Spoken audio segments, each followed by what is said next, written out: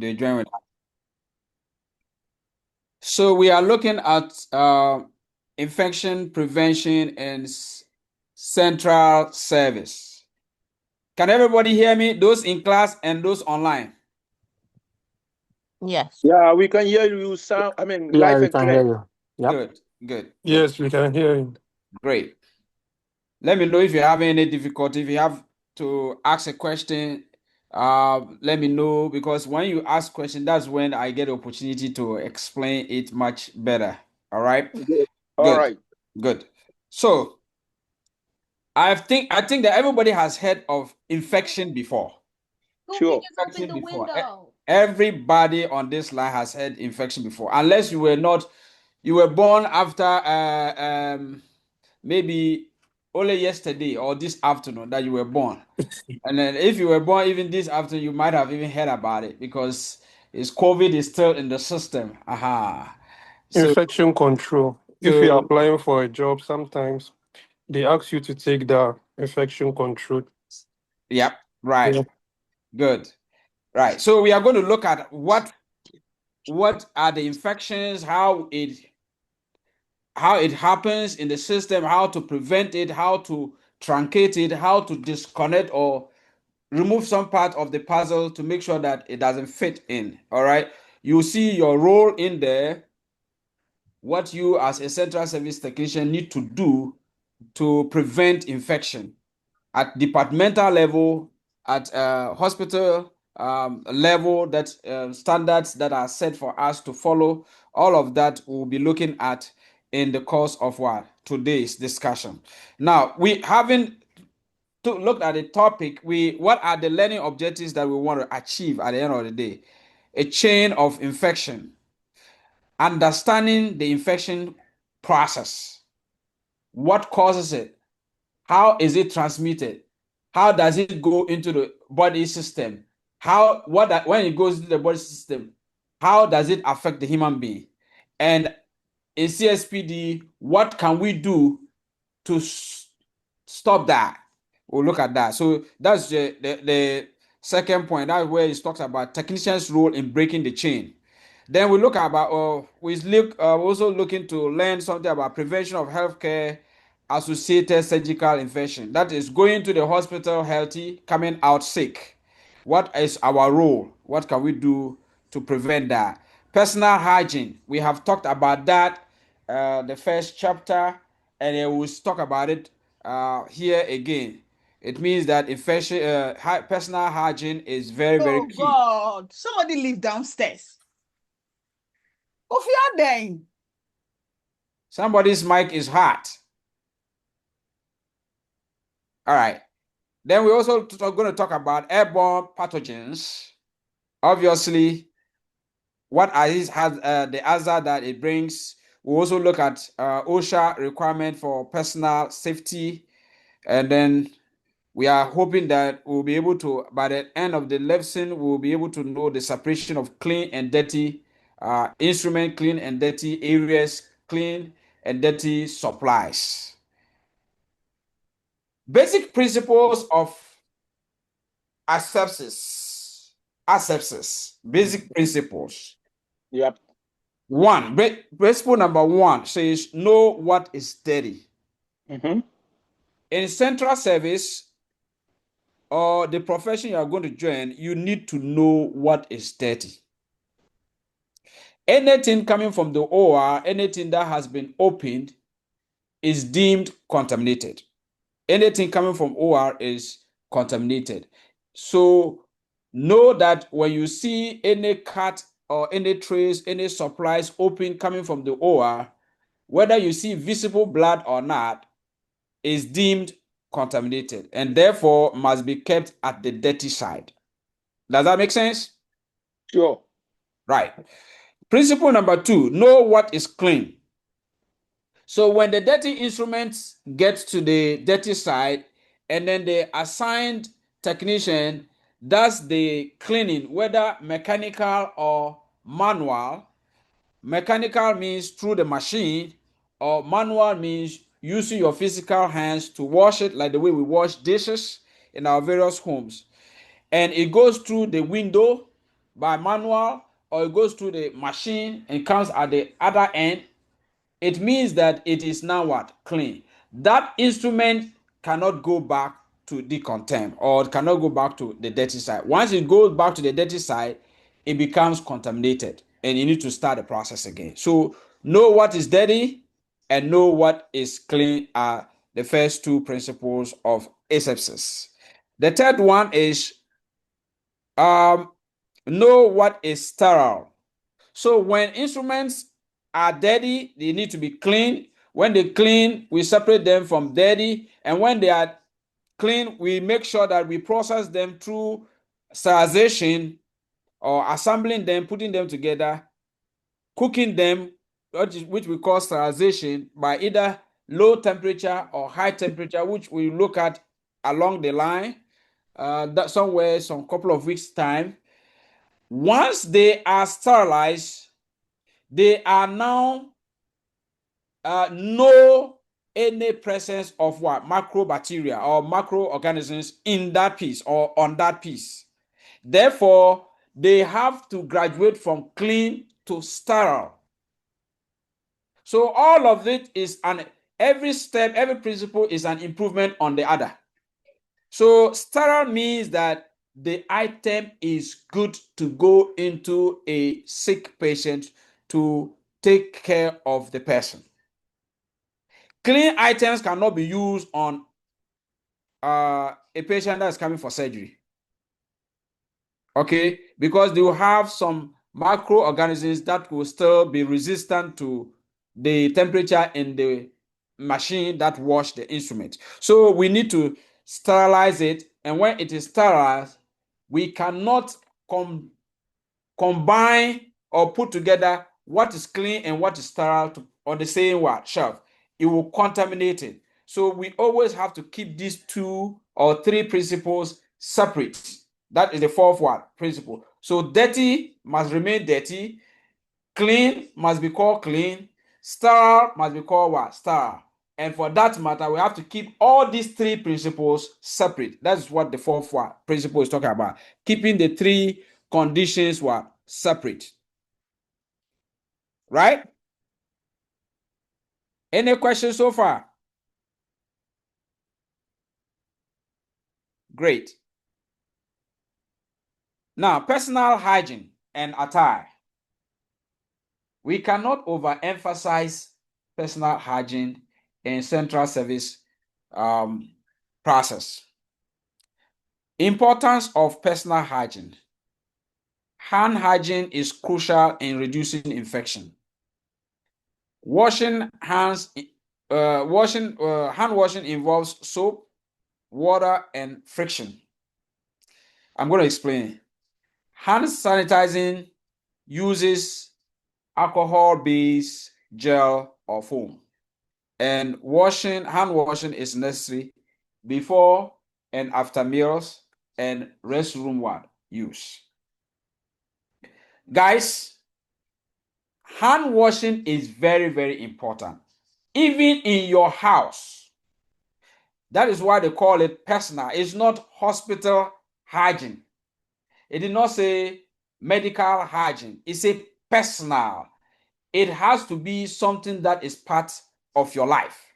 So even in your home, in your private settings, whenever you eat, you have to wash your hand. Whenever you even before you eat, you have to wash your hand. After eating, you have to wash your hand. If you use the washroom, you have to wash your hand. Same applies to central service department or the hospital setting. And how do you do that? If it is hand washing, you have to have three parts or ingredients to do that: the detergent or the soap, water to help you, and then you have to apply friction to get or to dislodge whatever dirt that is on your hand. So hand washing is key. Now, in the event that you don't have hand washing or you don't have the detergent, you can also personal hygienate yourself by using alcohol-based foam or gel. And I'm sure by courtesy of COVID, everybody knows what we call hand sanitizer. If you don't know hand sanitizer, put your hand up. And then put yourself on the video if you are online so that I can see you and help you out. Every one of us here have it in our homes. Sometimes we have it in our cars. At a point, in the thick of COVID, I'm sure every one of us was using hand sanitizer every 2 minutes. Did it help? Maybe, maybe not. Hand washing protocols. Wash hands before starting work. So if you go to wherever you go, you have to wash your hands. Same thing if you leave work and you get home, first thing, wash your hand before you touch anything. Sometimes we are so hungry from work, we have not eaten. Work was so much that we have not eaten. We get home, we forget of this core responsibility. We go straight away, dipping our hands into food that is in the kitchen. You are not helping matters. You are just making the situation bad. All right, so let's do that. So wash our hands before we start work, and then when we soil ourselves, and then we can, if you don't have detergent, which we shouldn't, but things happen. So you use alcohol base, and you have most of them. If you go to the hospital, you have hand sanitizers planted on the walls all over the place because of COVID. Then hand lotion can be used to prevent skin irritation. Those of us who have very sensitive skin, yes, you can hand lotion your hand when you use the you hand wash your hand. You can apply lotion, slight one, just to prevent irritation. Some people react to certain chemicals. If you are one of them, take care of that. We talked about fingernails care last 2 weeks. The first two chapters we looked at that you must keep your nails trimmed. Don't even make any attempt to use artificial nails. And I know the last time we met, I stressed that this goes for our sisters in the class. I have not, unless those of our brothers who have become something else that might have those artificial nails. Other than that, the artificial nails are the business of our sisters, and then they need to take care of that. No artificial nails are permitted because they harbor bacteria. They can fall off because they are using adhesive. So when the adhesive is gone, or you lose the adhesiveness of the piece, it falls off, and you don't want to do that. All right, you contaminate the whole tray, you delay the whole process of the surgery, and then you can cause chaos. If that tray that your artificial nail was in is just one of a kind. Personal hygiene at home, very important. Um, some people don't want to take showers. It's not good. You are going to work with other people. You need to make sure that other people can breathe when you are around, or when you are around them, or they are around you. So it's a golden rule. Do unto others what you want them to do to you. So if you think somebody is uh, causing environmental pollution, you also have to make sure that you keep yourself clean. And then attire protocols. Every job comes with a recommended attire. Same applies to central service. If you see a police officer, you know right away. If you see a construction man, you know. If you happen to see an MTA man, you will know. Or personnel, you will know.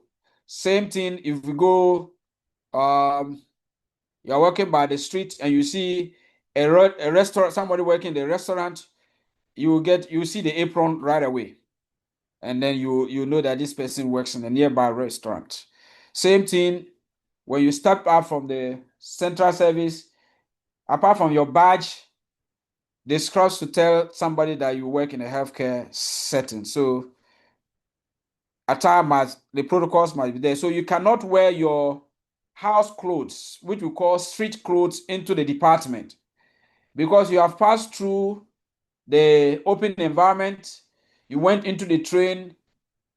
Either if you didn't drive, you went into the train. If you drove, we don't know what was in your car, the environment in your car, who was coughing, who were you with, how infectious is your car. So all of this, because of all of that scenarios, that's why when you get to the hospitals, you change into the hospital attire. So attire protocol, very important. Personal hygiene, so we are still talking about, include hand washing, aseptic hand scrubbing. Key factors reduces what? Infection. When you do your hand washing, you reduce the infection. The golden rule or the three things you need: soap, water, and then friction. You need to do that for 20 seconds. When we do it in service in our very hospital, for this 20 seconds, we always tell people that when you are washing your hand, you sing happy birthday to you. Happy birthday to you.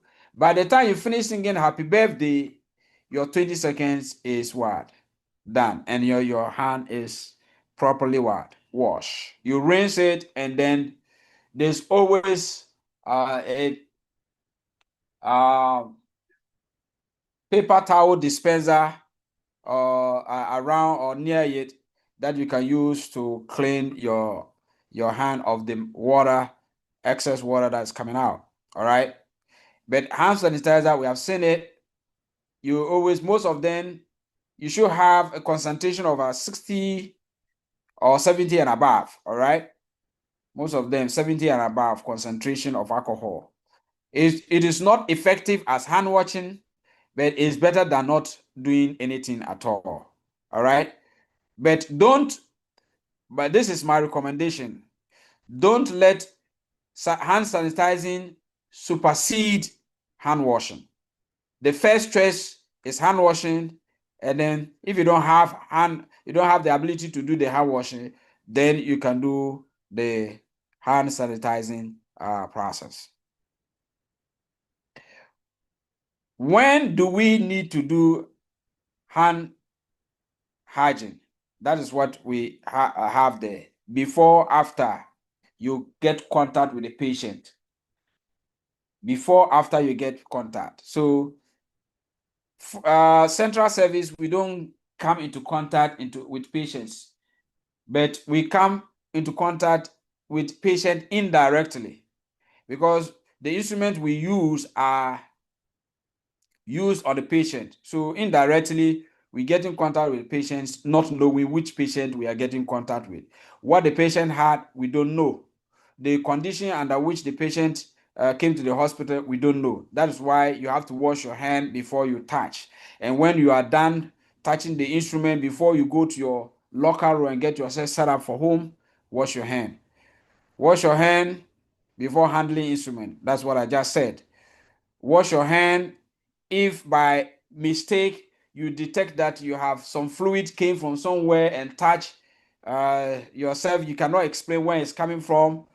You need to wash your hand. Removal, if you use gloves and you remove your gloves, you need to wash your hand. When moving from a dirty to clean side, dirty is decontamined area, clean side is prep and pack. So when you went to decontamine to take care of something short for a short period, when you leave there, you have two options. Either you wash your hand or you use hand sanitizer. The first recommendation is wash your hand before you step out. But most people are so in a hurry, they don't want to do the hand washing when they are leaving decontamination. They just do this, show their hand to the sanitizer sensor, get the hand sanitizer, rub it, and then go away.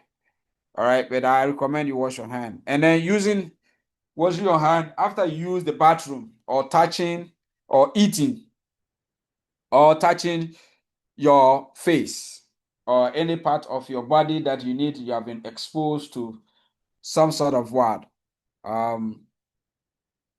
substance. Eating, very important. I want to stress the eating part. The bathroom is common knowledge. Eating, sometimes, especially those of us from Africa, our food is full of oil. The banku with some okra soup, some groundnut soup, some light soup with some goat meat, all of that. Our soup, the wache, the jollof, the rice, plain rice, and all of that is a lot of oil. And some of us, we do eat with our hands. That's how, even in America here, some of us, we still eat with our hands. That's where we are. That's how we have been raised. And so when you use your hand aggressively that way, you need to take care of it, wash it, and wash it well, because once you don't wash it well, it touches the instrument. You may not see it, but once the instrument go into heat, the oil that was deposited on the instrument will melt, and it can leave that oil on the piece, and they open the instrument, is too oily, they will not accept the tray. All right. Hand washing must be readily available in all working areas, especially decontamination area and prep and backward zones. Okay. Every place that in the clean side you see hand wash sink, you in the at the dirty side you see sink for hand washing of hands. So in the hospital is there. That is why even in your house to your bathroom you have a sink. All right. Sink should be hands-free operated. You see, your hands are dirty. That's why you want to wash them. So you must not be touching it. The control or the manipulating lever. You can use your elbow to do that, but not your right hand. But we do. That is why when you wash your hand, if you have ever been work in a healthcare center, you will tell you after washing your hand, don't close the faucet with your washed hand. You have to grab paper towel and then use it to close the faucet, right? Yeah. So that is where you don't have the sensor, but most of them have sensors. You just use the sensor to dispense the water, and then you wash your hand. Okay. It must be stopped. Sometimes we don't. That's not our job, but when we don't have it, you have to tell the engineering, or sorry, I say housekeeping people. They normally supply those items. So the liquid, the disposable towels, and then the bins are normally taken care of the environmental services department. So once you don't have it in your department, you just prompt them, and then they will bring them and take care of you. Artificial nails, we have seen that because they keep microorganisms in there. All right, so keep them short. If you have fingernails, always cut them. Nail clippers are cheap to buy in the 99-cent store. You cut them, you file them, keep them clean so that you don't uh, contaminate trays and then cause infection in the patient who comes to the place. You need specific attire we have seen that, scrubs. And you cannot go into the department without that prescribed scrubs. All right. So and I mentioned of changing when you get to the workplace from home, you have to change. The same way when you change, you have to you change the scrubs, you put on your street clothes, you get home. All right. And then those scrubs need to be deposited in the machine or the depositing side whereby they can take it and then launder it for the next day use. Okay. Jewelry and accessories. Some of us wear jewelries.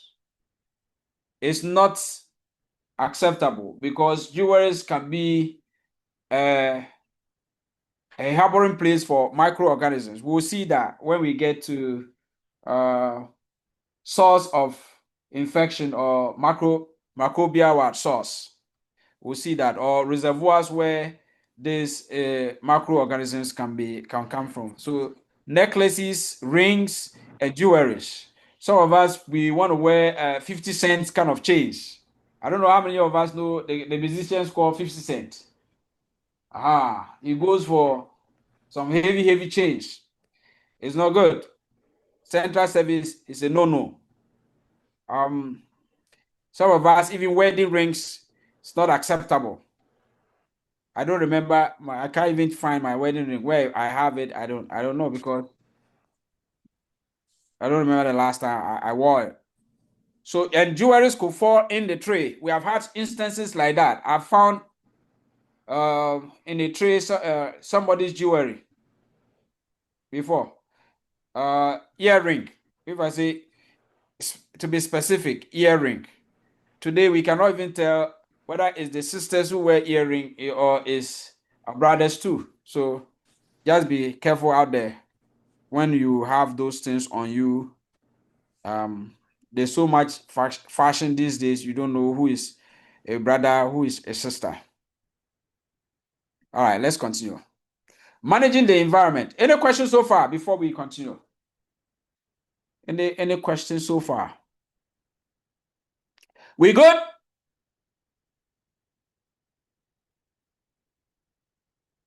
I can't hear you guys. We good? Yes, sir. Yes, we good. All right, good. Good to go. Good to Yes, sir. go. All right, great.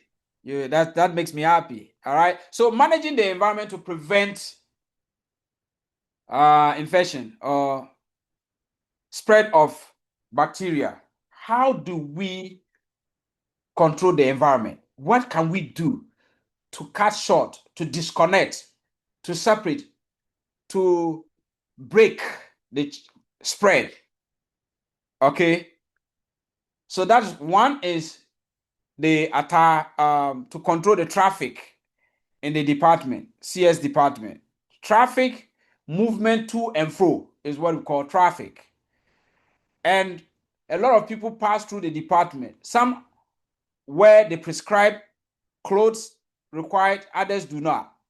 So if somebody is coming from outside and you will deal with all these people because you have people coming from different vendors dropping off something, lowness, picking up something from the department.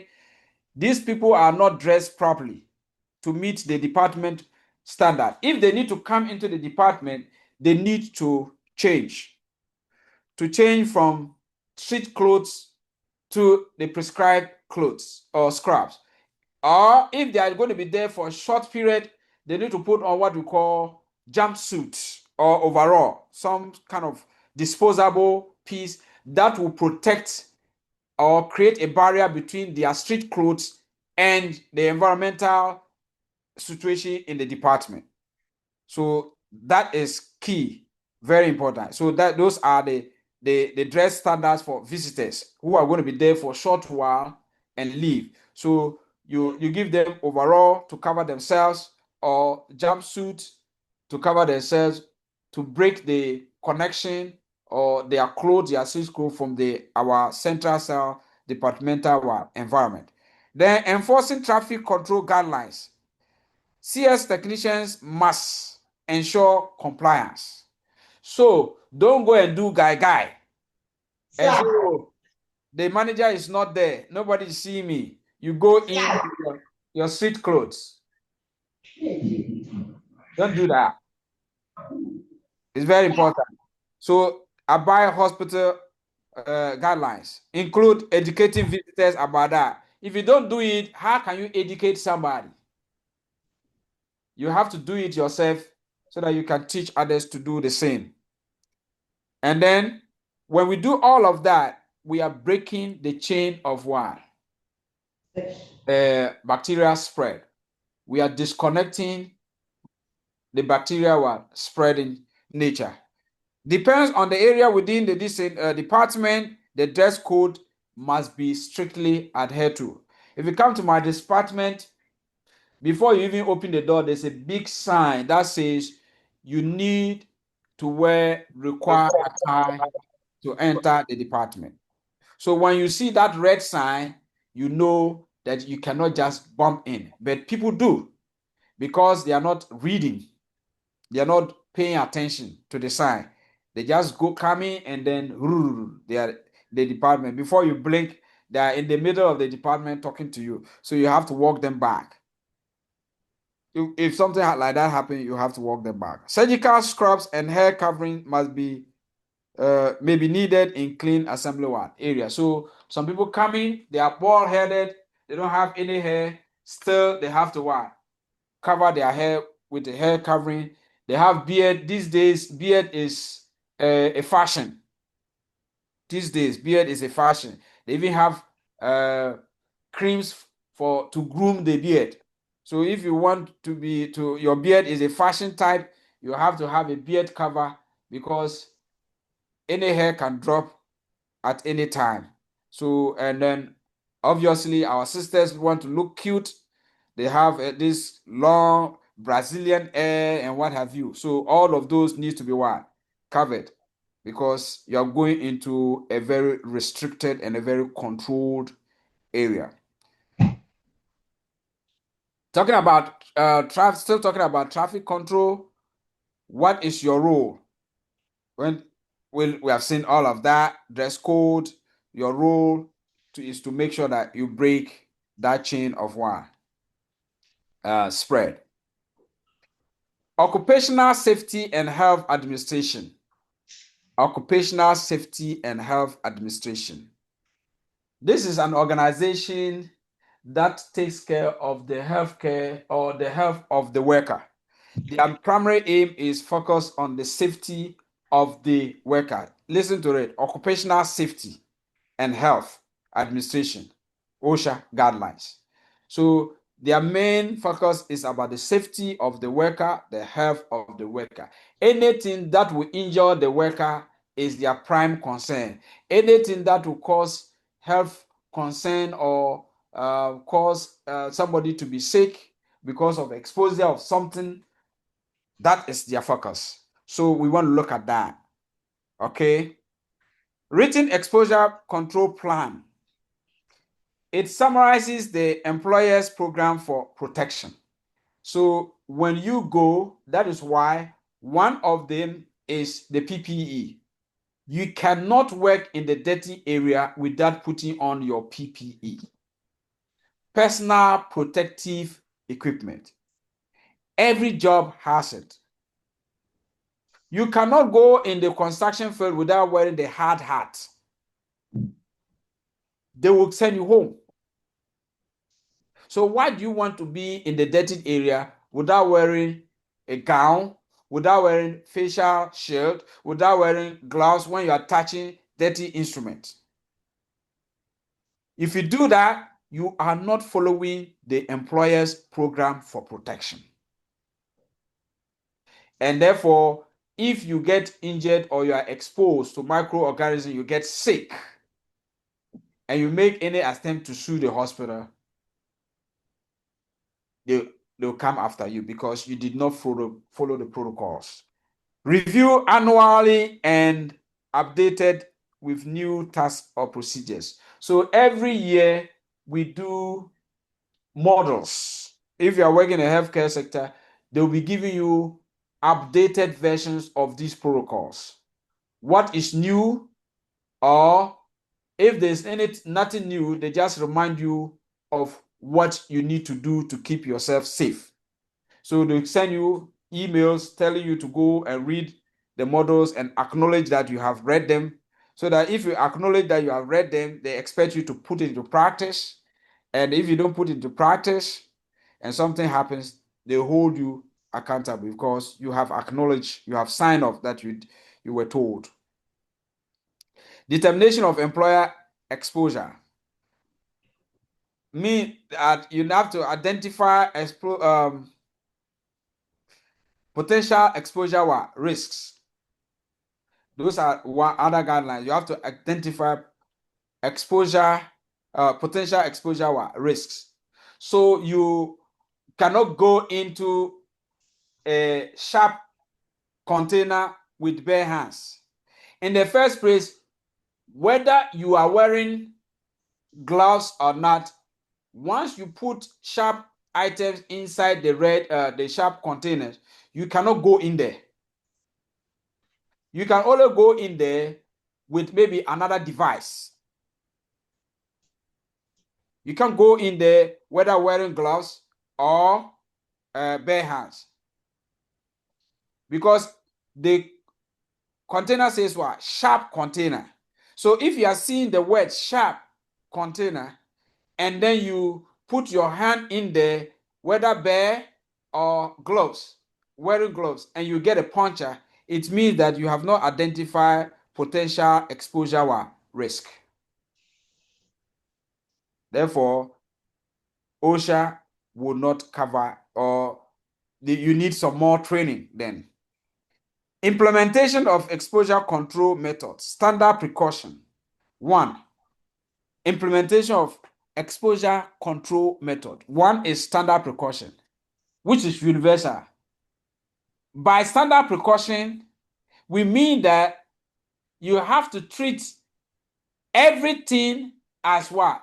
In the dirty area as contaminated. Anything that is coming from the OR, contaminated. That is the standard. And that is universal wherever you go. Whether you're working in Presbyterian Hospital, you're working in HSS, you're working in Montefiore, you're working in the Methodist Hospital, you're working in the Kojo Krom Hospital, is the same thing. Those who are not familiar with the last one, it's a manufactured hospital I mentioned. All right. And then engineering and work practice protocols. Engineering and work practice is the red bean or the sharp container scenario I gave you. The sharp container scenario is what this point is talking about as engineering and work practice protocols. You cannot, it says sharp container. It means that everything that is in there is sharp. Why are you going in there with your bare hands? Now, hepatitis B vaccination. You cannot get into the hospital job without this. They will ask for it. If you don't have it, you will take it. All right? They will run tests to see whether you are immune to this. If you are not, you give it the vaccine on your shoulder. Pee. All right? Or wherever they designate that you get it. Then post-exposure. So it means that OSHA, you get, one of the guidelines is that they make sure you get hepatitis B vaccination. Then exposure, post-exposure evaluation and follow-up. If you report that you have been exposed to any fluid, any pathogens, any bacteria, any fluid of any kind, any mucus, any tissues, any thing that you feel that you have been exposed to, they need to what? You need to go through evaluation. You need to go through, they have to make follow-up with you. See whether you show some symptoms or some SAT. Those are also why. So you need to report when you are exposed. That's what it means. Communication of hazards and what? Training. Who can give me an example of communication of hazard and training?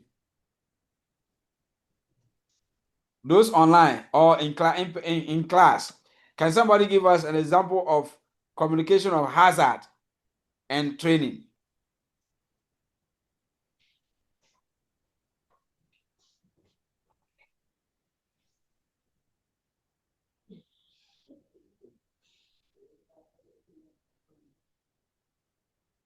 Oh, am I the only person in the class? If you want to talk, you can unmute. Those online, those in person in class, you can talk and maybe I'll hear you.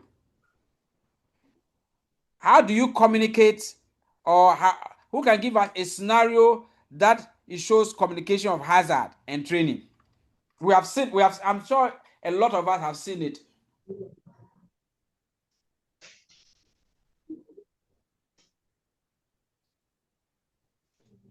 Labels Hello. and Hello. signs. Yes. Yeah. Taufik. Yes, Taufik, go ahead. Labels and signs. Labels Okay. and signs. Yeah. So yes, labels and signs is too broad. Narrow it down. Give me a scenario where you can there's some you can see that you can clearly say that this sign is communicating something. Like for example, when you talk about a sharp container, Okay. yeah. So when you see it, there is a symbol of it that it is hazard. Okay. All right. Great. Now, somebody also give us another scenario. Maybe three different scenarios. Sharp container. Taufik, that was a nice one. You pulled my own. You used my own team for myself. Okay, that's great. Yes. Any other scenario? Oh, is somebody talking in the class? Yes. Yeah. Go ahead. Say that again. I didn't hear that. I didn't catch it. Label. By labeling the container. By labeling the container. Yeah. Yeah, okay. By labeling container, yes. By labeling a container, telling them that this chemical is hazardous. Yeah. Mm-hmm.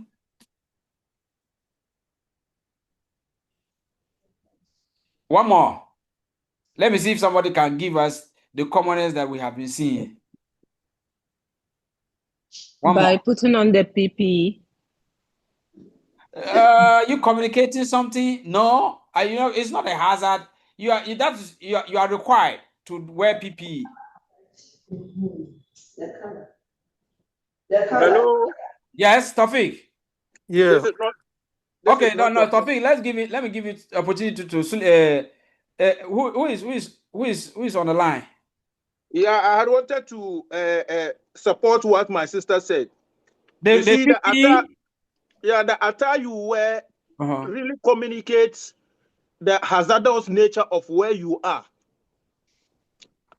Okay. Yeah. Because in the prep and pack area, we don't wear the same items or the PPEs that we wear in the decom. Mm-hmm. So wearing that PPEs shows that where you are is hazardous. I mean hazardous. Okay. So where I have a problem with that, your explanation makes sense. It is accepted.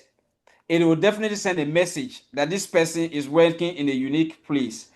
The only problem I have with that explanation is that you cannot come out for unless somebody comes to see you at where you are.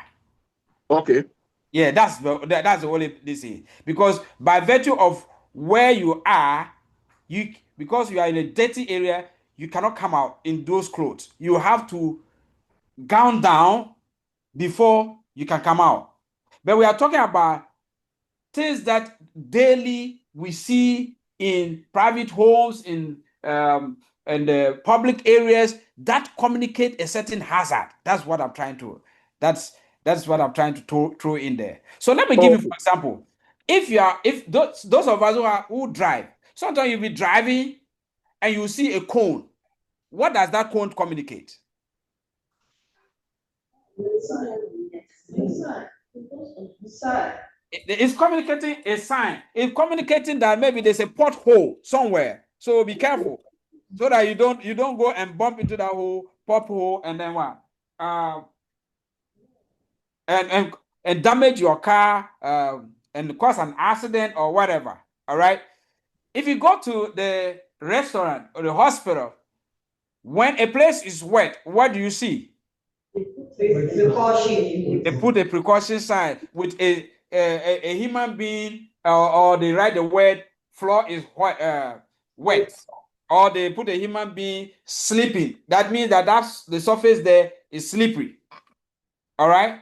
When they do construction, maybe a pavement, they put something there to tell you that the place is, if they dig and they have not covered it, they put a sign there and tell you there's something there that if you're not very careful, you could be you could be harmed. So communication of hazard is a, one of the guidelines that you always have to look for. So when you spill chemical, you have to communicate. When water spills, you have to put a sign there so that nobody will fall to injure themselves.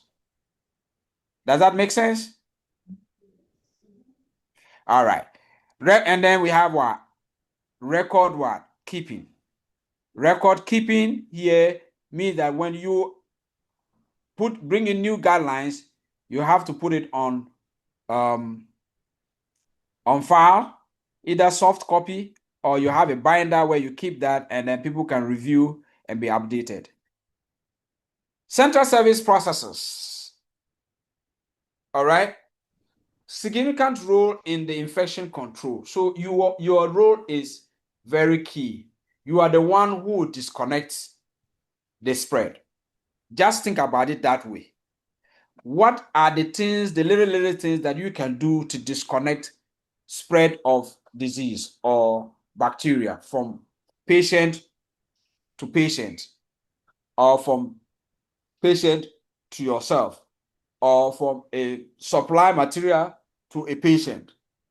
What role can you play to do that? Central service professionals help prevent surgical site infection. How do you do that? They also play in preventing hospital or healthcare associated infection. That is hospital acquired what? Infection. You go to the hospital, sick of malaria, you leave the hospital getting cancer. The cancer becomes an acquired thing. What is your role in preventing this? So you have to prevent the surgical cell infection, you have to make sure that the instrument that go to the room is clean, sterilized. That is why we have to keep all the principles of dirty, clean, sterilized, and what? Separate.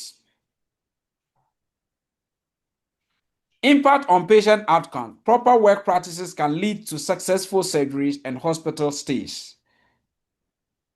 Proper work practices can lead to successful surgery and hospital stays. You clean the instrument or you do the right things, you dot your I's, you cross your T's properly. What happens? Surgery will be successful. The patient doesn't have to stay in the hospitals for long. All right? And then it will not result in what? Death. If people, dirty instruments are used on them, they get infected more, and you don't know what infection you are giving them, that infection can what? Kill some people. And people come to the hospital with all forms of what? Immune system. Some people have weak immune system, others have what? Strong immune systems. All right. So know that. OSHA bloodborne OSHA bloodborne pathogen standard. So we are not talking about bloodborne standard. Bloodborne means blood, something related to the blood. What is the standard that OSHA wants us to follow? The organization that is looking for the safety and the well-being of the worker. What if it comes to blood? What are the guidelines or standard they want us to follow? One, written exposure control plan. It means that we have to follow what the hospital says we should do when we are exposed to what? Blood. Okay? When you are exposed to blood, what does the hospital say you should do? Let's say you are working in a decontaminant area. You have been working for maybe 5 hours. The day is so heavy, it's so busy. You didn't know that your face shield has tilted in a way because you are so busy getting the stuff pushed out to the clean side for people to take care of. Your face shield is tilted. You're trying to flash something out of a lumen or a suction, or you're brushing, and then before you realize, you can feel some touches in your face. It means that something, and then you go to look at the mirror, you realize that no, you have some tissue, some blood, and all of that. You don't know whether some touched your eye, some went into your nose, some went into your mouth. You can't tell, so you have to report. You have to follow the hospital protocols to report that. All right. Determination of employee exposure. We have seen all of that in the DC. Oh, I hope. Now, environmental concerns in central service. Environmental tools for prevention, infection preventions. We have seen the dress code. Very explicit. You cannot overemphasize that. Now, in the central service department,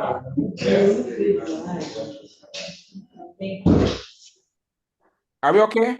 Yeah, I can hear some noise. That's why I paused.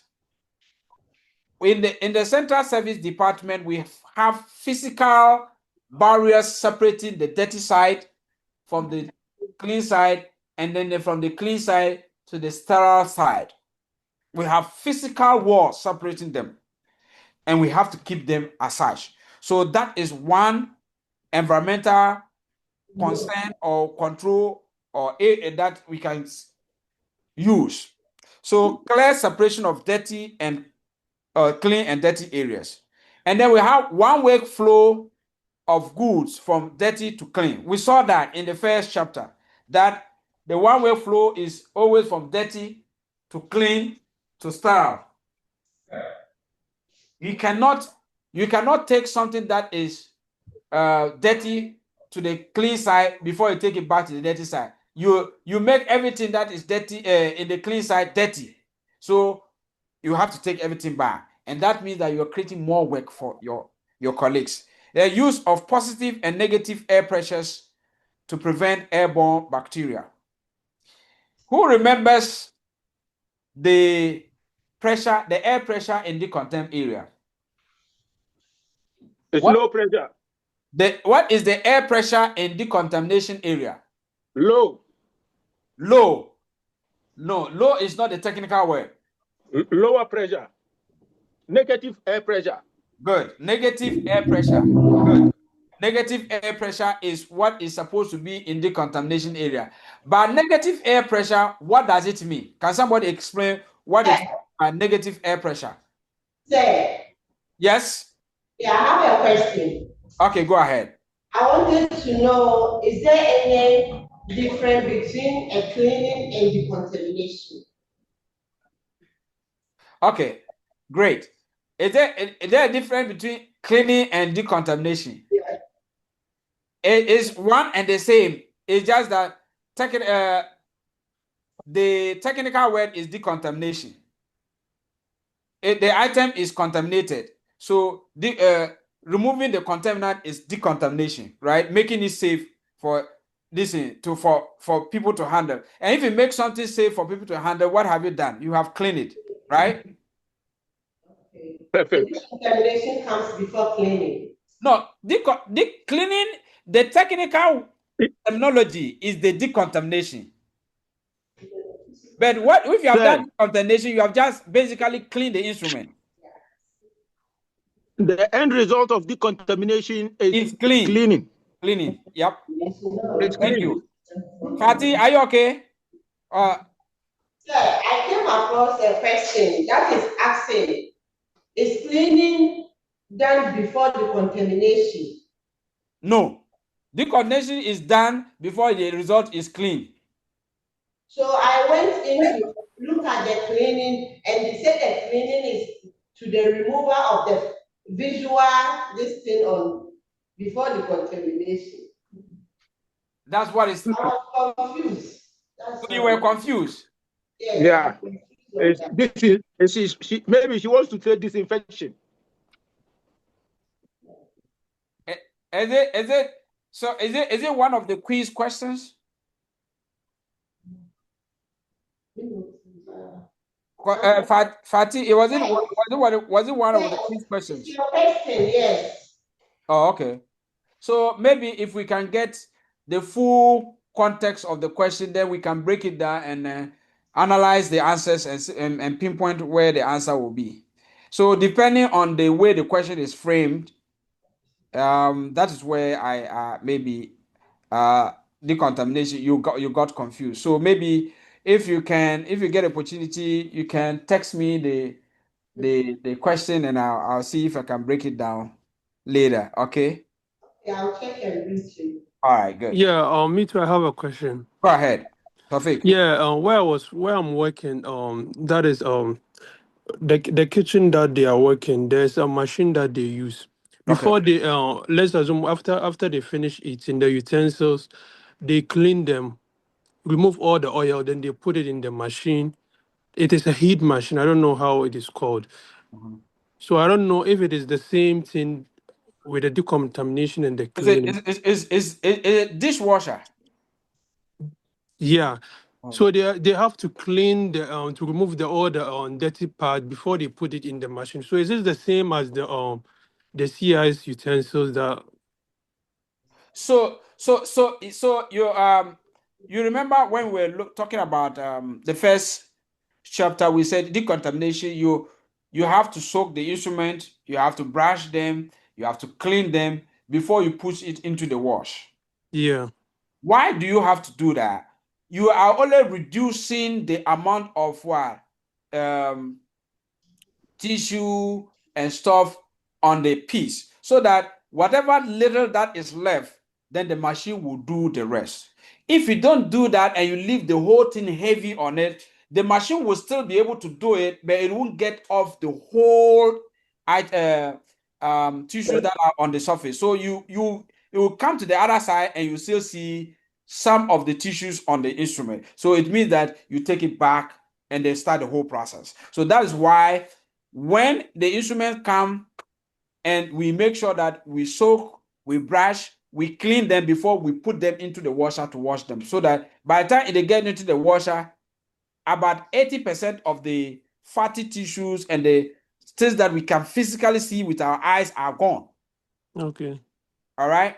Yeah. Yeah. So the same principles work with your machine that washes the dishes. When the dishes are so super soiled, if you put them into the washer just like that, it won't get the work done properly. Okay. That's why they rinse them, rinse some of the residue on the plates before they put them into the dishwasher to further get the work well done and done Mm, properly. okay. Is everybody home and dry? Yeah. Great. Okay, good. So workflow is always from dirty to clean. It cannot be the other way around. That is why I say if the road sign say one way and you go the other way, what are you going to have? What is going to happen? There's going to be accident. That was the scenario I gave. And I was asking somebody why when you say negative air pressure, what does that mean in the contempt? I need that explanation, because if you understand why it is negative pressure, if you see the question, no matter how they twist it, you'll be able to know the answer. Okay. I think that negative air pressure is that is the air pressure which confined like in a space lower than the air pressure outside the space. Okay. Which and All then I right. believe, and why is it confined is because it's like we have a negative pressure rooms which we use to isolate patients like who have tuberculosis and COVID, so it doesn't spread anything which is Okay. contaminated in the room outside. Okay. So Yeah. if I get the explanation of our brother, it means that the airs remain where it is. It doesn't As go. correct. Yes. So that's why. So that concept of the air stays one place is what gives it the negative. It means it's not moving. It's just dead. That says Paul. Positive means that it can move. All right. It can move out. It can move out. That's what it means. So, Rashid, go ahead. Sir, I have an issue with regards to this air pressure issue. Mm-hmm. So, since the air pressure there is negative air pressure, Yeah. and then we have people working there, Yeah. though they put on masks and other stuff, Yeah. are they not still inhaling this kind of negative air contaminant into their system? A good question. A good question. Yeah, so that is the layman's understanding. You know that's why we not the layman's understanding. That is why let me put it this way. That is why you cannot work over there without wearing PPE. Experts have sat down to determine that if you wear a mask, okay, and you wear facial shield, and you wear gloves, and you put on a fluid resistant gown, okay, all of these are able to protect you from the environment in which you find yourself. Okay, so those protective equipment, by expert view, is able to protect you from being what? Infected. All right. As to whether it is 100% protection is what I cannot guarantee. I cannot speak because if you go in there, some people go there, they don't want to wear the mask. They want to wear the facial shield. Say the facial shield will protect the splashes. It will protect the splashes, but the air you are breathing direct. But if the mask is there, the mask serves as a barrier, filtering the air that is going into your nostrils from the whole environment that you find yourself. So the PPE, if it is worn correctly with all the components, you should have some protection per expert opinion. But you and I, the scenario you gave, it makes sense that if we are saying that the air is not moving, the air stays there, and you are also staying there for all the period of time that you are going to be working there, then it means that whatever you are breathing, you are practically breathing the air that is contaminated. Yes. Yes, that is this layman or a simple analogy there. But the bat comes in if you are properly attired, then you have some level of protection.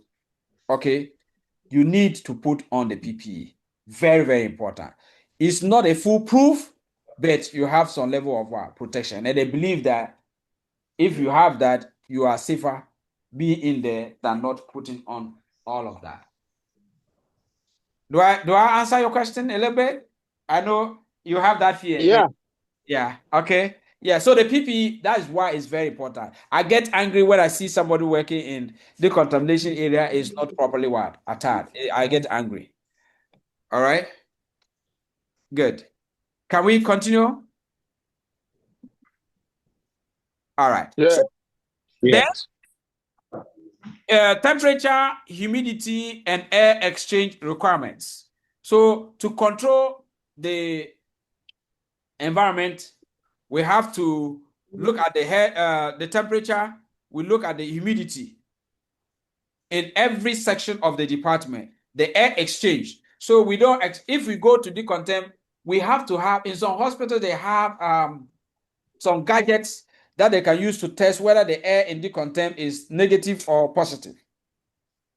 They have a device hung on the door that tells that. And then in other hospitals, so they have engineering department coming to take a look at that. All right. They also have humidity. How humid is the place supposed to be? If it's too humid, what is going to happen? It's going to lead to some wet pack of some sort. And then the air exchange, is it negative or positive? The clean side is supposed to be positive, meaning that air could go out. Air can go out from the clean side, but in the decontam, it's negative. The air cannot go out, because when the air go out, because it is saturated and polluted air, the environment in which it goes into, that environment is also polluted. And people work in that environment not wearing masks, not wearing facial shield, not wearing goggles. So those people will be exposed to those suspended microbacteria that is in the air. That is why we don't expect the air pressure in the decontamination area to be positive. Work areas cleanliness. We have to keep our work areas what? Clean. All right. And then we must not bring food to the work environment. We'll see why we must not bring food along the line. Physical design, we have seen that. The separation, physical separation, decontaminant is separated from clean side. Clean side is separated from what? Sterile storage side. And the temperatures are different. In decontaminant, the temperature is lower because you're going to be dressed heavy. So it will warm you up. The clean side, the temperature is a bit higher than the dirty side. Same thing, the temperature in the clean sterile storage area is different from the temperature in the clean side. All of those. Hello. Question, Tofik? Yeah. Go ahead. I'm still taking you back to the decontamination. Go ahead. You said the decontamination has a negative air pressure. Yes. So what I'm trying to understand is so how is the place like? Is the room hot or is a little bit ventilated? No. It's ventilated because they have vents there. It should be ventilated. They have vents there. Two, the air there must not go out. Must not go out because of the scenario we gave that it goes out. The whole Yeah. corridor is what? Polluted. So there's ventilation in there. It is hot when we have times like in which we are. Summertime is very hot. So that means wearing the PPE will be a little bit difficult because you putting on masks and the room is hot. It's gonna be a lot. So that's what I'm trying to understand. No. I'm not saying that it's not. It's hot season. What happens is that they provide AC. The AC will cool off the temperature. They always make sure that. So what happens is that when you go in, check the temperature monitoring device that you have in the room to see whether the temperature in the decontamination area is within the required temperature.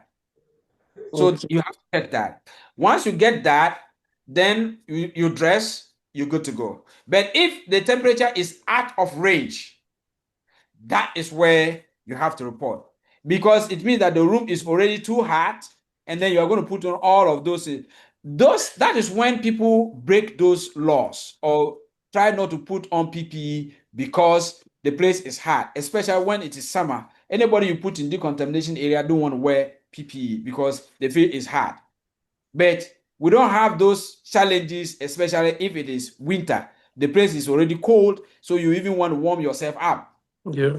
Yeah, so that we normally have challenges with people wearing PPE when it is summer. But for your own protection and the protection of your colleagues and your family, it's better for you to wear the PPE. All right? Okay. Great. Let's continue. Let me see if it's and for 4:30 we'll take a break. Okay, guys. 4:30 we'll take a break. Let's go. So the department, CS department, temperature, humidity, and air exchange requirements. Humidity levels. Some facilities may choose 20% for their lower humidity levels. Some may choose a higher one level. So when you go, the hospital will tell you their protocols. You should always check with supply and equipment materials to see whether the humidity operating there is good to go. Like I said, every section of the department has a temperature humidity monitoring device. You will always find it. Most of the time is by the door. And if you don't know where it is, ask and somebody will show you. Look at that. and see whether it is within range. If it is within range, we're good to go.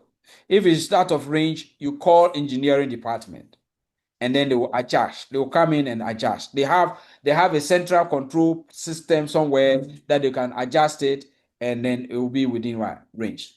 When Joint Commission comes, they check all of that to make sure that these gadgets are working and working effectively. If they are not, the hospital could be cited. And ensure lower humidity is acceptable for items stored in the area. So, very important. We do all of these things to make sure that whatever we are keeping in the department is not going to get contaminated, is not going to get spoiled, okay, or become wet or become moist in a way or form. Because once it becomes moist, it becomes susceptible to something else, which we shall be looking shortly. Data collection. Collect data such as temperature and humidity. Depending on your facility, it could be part of your job or not your job. Most places, it is the engineering department that keeps data on temperature and humidity. So yours is to just watch the monitoring device and tell them and see whether it's within range or out of range. If it's out of range, report. Within range, you have no business. Continue to do your job. Food and beverages not allowed. No cookies. No Goya cookies in the department. No canned soda. No apple juice, snap apple or whatever you call it. Nothing. No, not even water. You're not supposed to bring water to the department. But trust me, you go to Central Service Department, you go through the trash can or the trash bin in the department, you find chocolate covers. You ask yourself, how did it get there? You find boxes of pizza. How did it get there? It means that when the manager is not there, people are breaking protocols. They are eating. All right. Meanwhile, it's a no-no. Okay. That standard must be well understood. You have to understand that you are working in a hospital. A hospital is a place where people come with all kinds of diseases. You are there chewing your pizza or your bar of chocolates in that environment. You don't know at the time of the bite what has fallen on the chocolate or the pizza. You end up swallowing bacteria or virus or microbe, and then it goes in there, multiply, and begin to cause trouble for you. And then when you track down, you don't know what happened. You say, oh my God, how did this happen? You forgot. Then you begin to ask yourself, your mind is troubling you, how you were eating the department and all of that. Let's go. Work areas cleanliness. Importance of clean work areas. Ensure products are safe for sterile environments. Prevent dust, lint particles from carrying bacteria. So lint is always, because in the, for example, in the work, what do you call it? Clean area, the air moves, right? There's going to be lint generated in the department. That is why environmental services will always have to come and what? Clean. Now, lint or dust generates. Once a while, just wipe your hand on your surface, your workstation, and then you look at your hand, you see that there's a dust on your finger. Where did it come from? It came from all the small openings that are there. As the door is cracked, air comes in, air goes out. We have different doors at different ends of the department.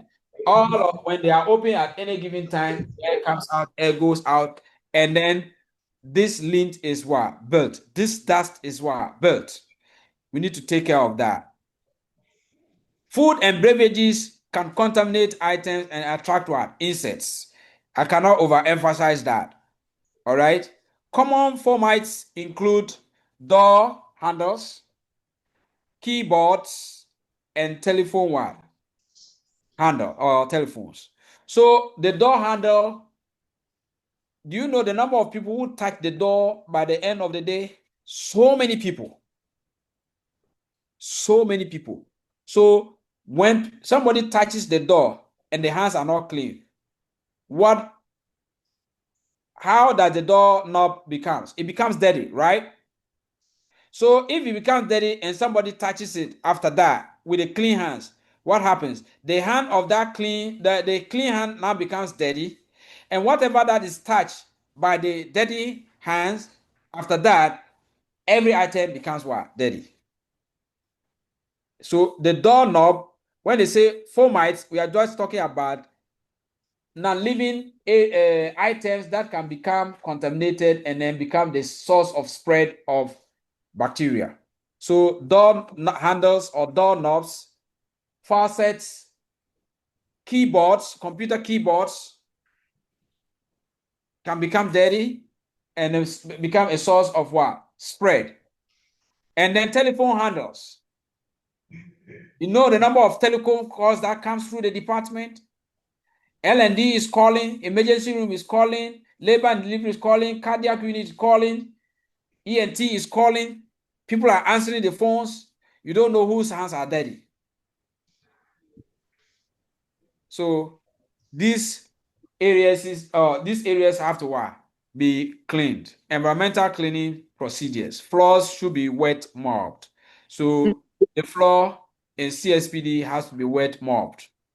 We have, if it is physical trash, then we sweep. And after sweeping, we mop. Storage area also needs what? Cleaning. All right. Storage area also needs cleaning. And that is the work of Environmental Services Department. All right. Just tell them and then call them.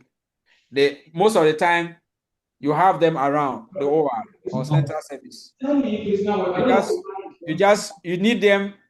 Some places they have the telephone on the board. You get a light one, the candle red. So you get it. So they have their number on the board, or you just walk into the hallway. You can find them all over the place, and you call them to come and take care of something for you. They will gladly come and take care of it. Now let's see if we can finish this slide before we go on break. Right? Elements of transmission and chain of infection. Elements of transmission. How do bacteria get transmitted? And the chain of infection, how it infects people from one to the other. Causative agents. So pathogenic microorganisms causing what? Disease. Pathogenic microorganism causing what? Disease. Their characteristics.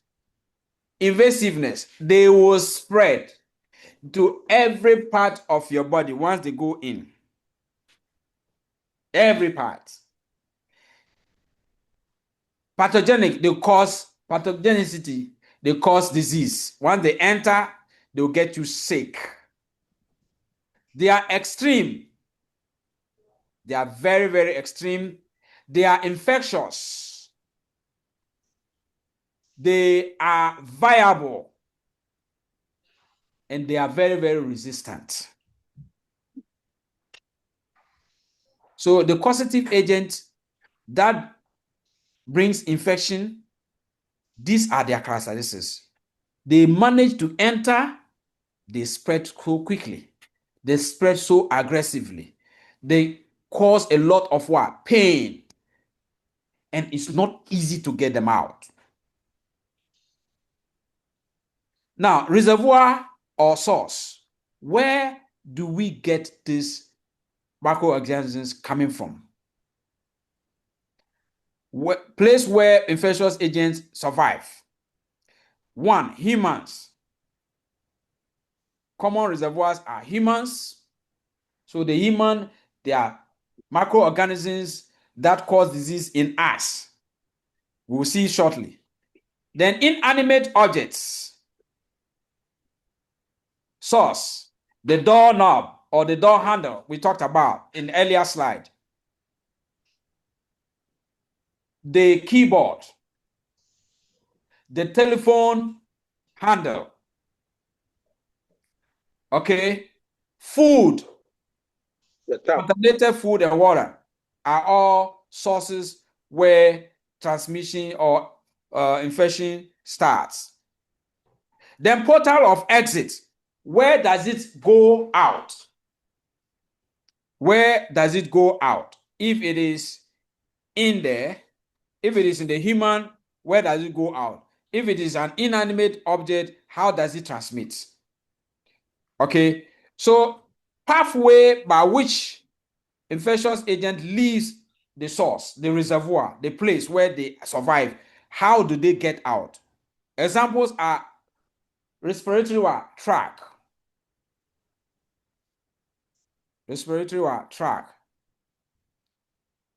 genital unitary tract, that is urinary, through urine, gastrointestinal tract, gastro, either through the intestines or through the mouth.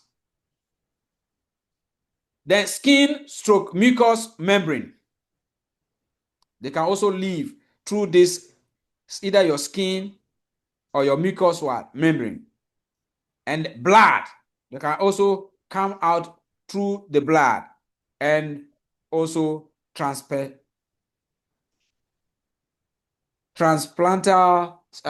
means. They can also come throughout transplantal means. So we are going to look at into details the causative agent, the source where it survives or the reservoir in which it survives, the portal exit, the means by which it gets out. Okay, and then we'll see if it gets out, how it is transmitted. Is it by air? Is it by direct contact? Is it by droplets? Is it by airborne transmission? So if you look at the chart there on your right, on the slide, those are the things that we are going to be talking about. And if they leave or they are transmitted by direct contact, by indirect contact, by droplet, by airborne, who becomes the host? Who is the one who receives them? That's what we call susceptible hosts. Okay, that's what we call susceptible hosts. We are going to stop there, and then when we come, we will look at these agents in detail.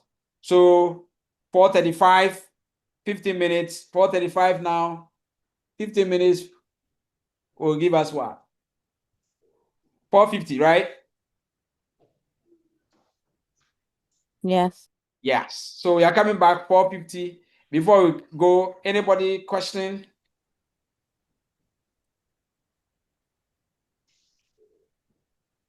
All right. So let's take a 15 minutes break, stretch ourselves, come back. If you have any question, when you come, we ask, then we conclude from there. Thank you.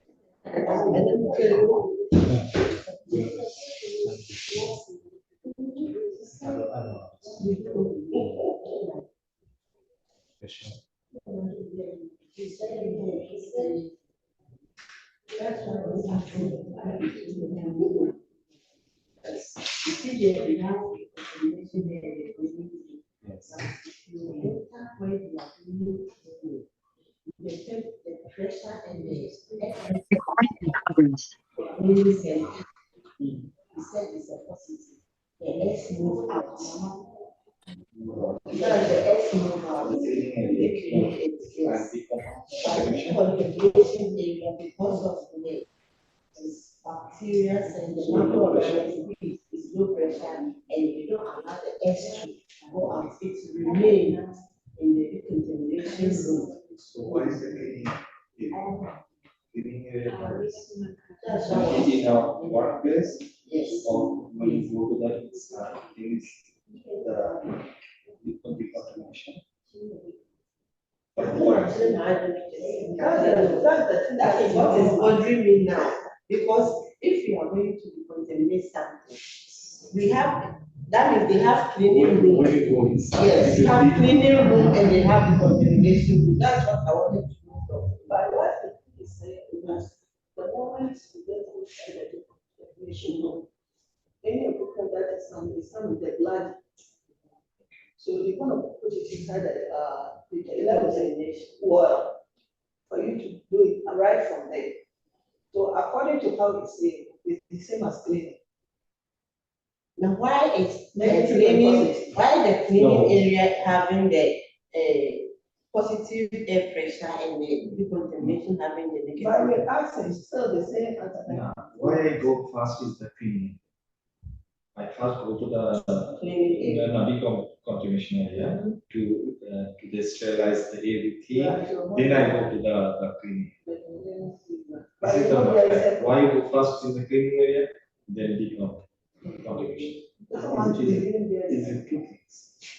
It's two things. You know, they made it in the question and answers. Did you do it in the questions? Do you have the question? The question, no, I'm saying about everything. When I go one year, another question between decontamination, cleaning and cleaning. No, it's answered inside the question. When. Yeah. Why you go first in the cleaning? We must know the decontamination area. Then cleaning, then go. So decontamination before the cleaning. Because the blood and everything is supposed to go to that water with the chemicals. You know, after then, as if you wash your utensils in the house. You have to remove that dirty and then before you wash it with the soap. Yeah, before you dry it. So that means decontamination comes before cleaning. Yes. And Tina, your core hospital don't say after the surgery, they bring the bloody instruments. And never say you do they do a solution. They make a solution. That solution is for the decontamination.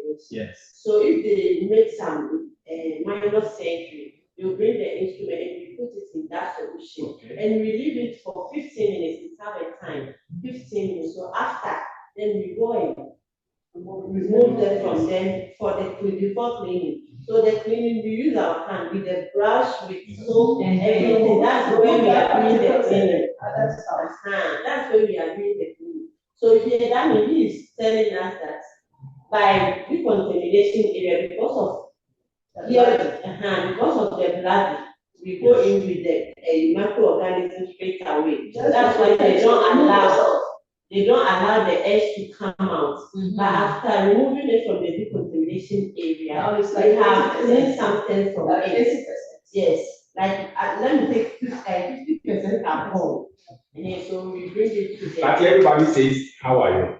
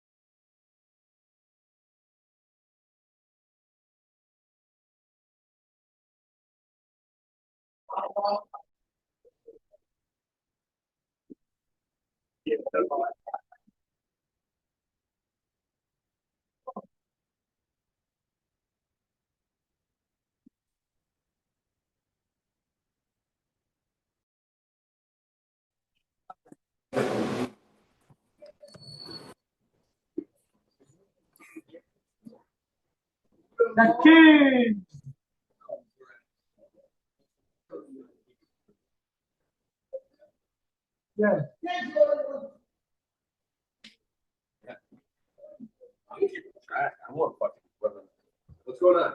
Oh, what's up? I'll get you. Say hello to Mark. Oh, thank you. I appreciate that. How you doing? Well, how's the road?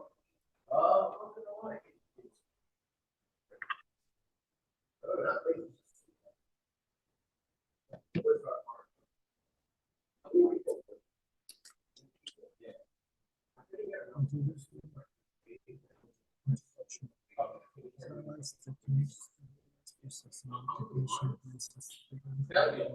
I'm gonna say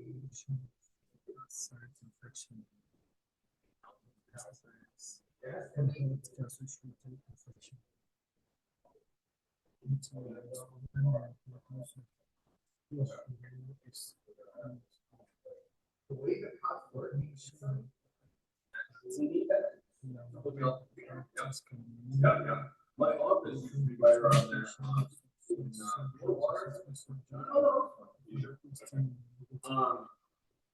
Yeah, I used the Red Cross office is right around there.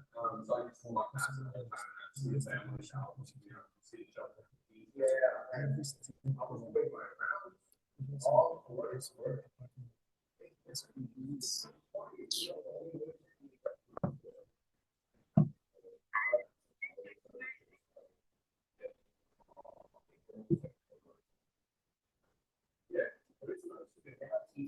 Hello? Estamos asumiendo.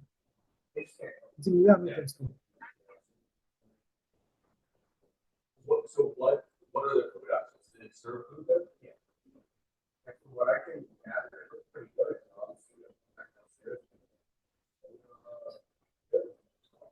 Food was coming.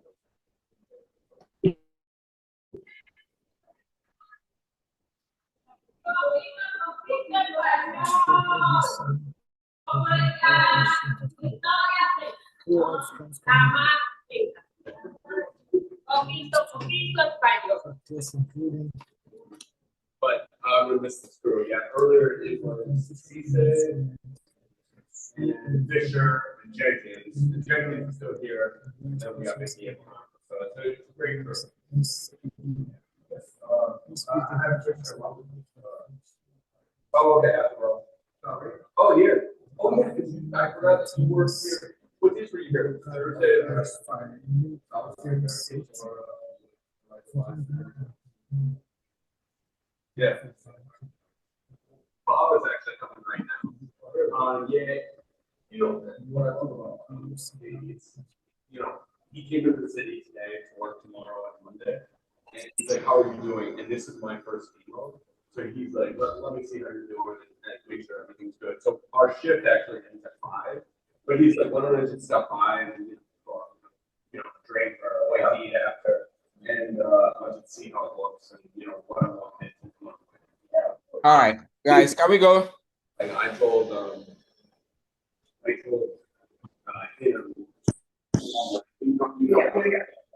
told that like please Yes, we're good to go. Okay, so yep, let's continue from where we left off, right? So we want to look at this mode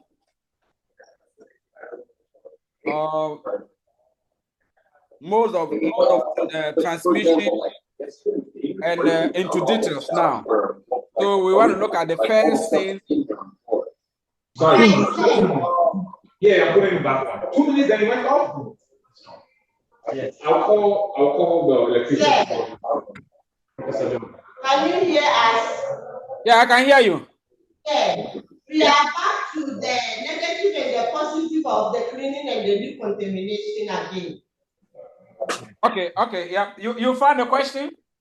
Yes. Okay. Sir. Did you? Okay, you want to read it for us or what? Yes, sir.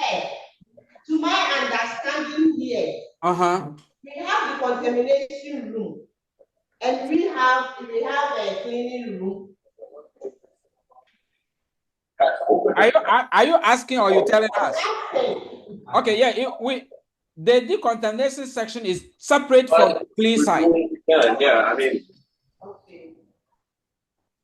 I feel bad. Please, can you meet Ibrahim? I don't know, because when the logistics team comes in, I don't know if they just Let me see. I can do that. What did he say again? He said the contamination is separate from the cleaning room. The cleaning room. Oh, so it's not together. Yes.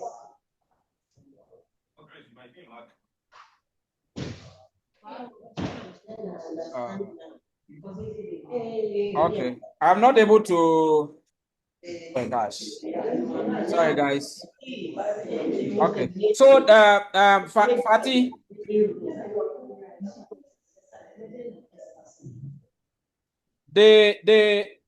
when did you remember we talked about physical barriers?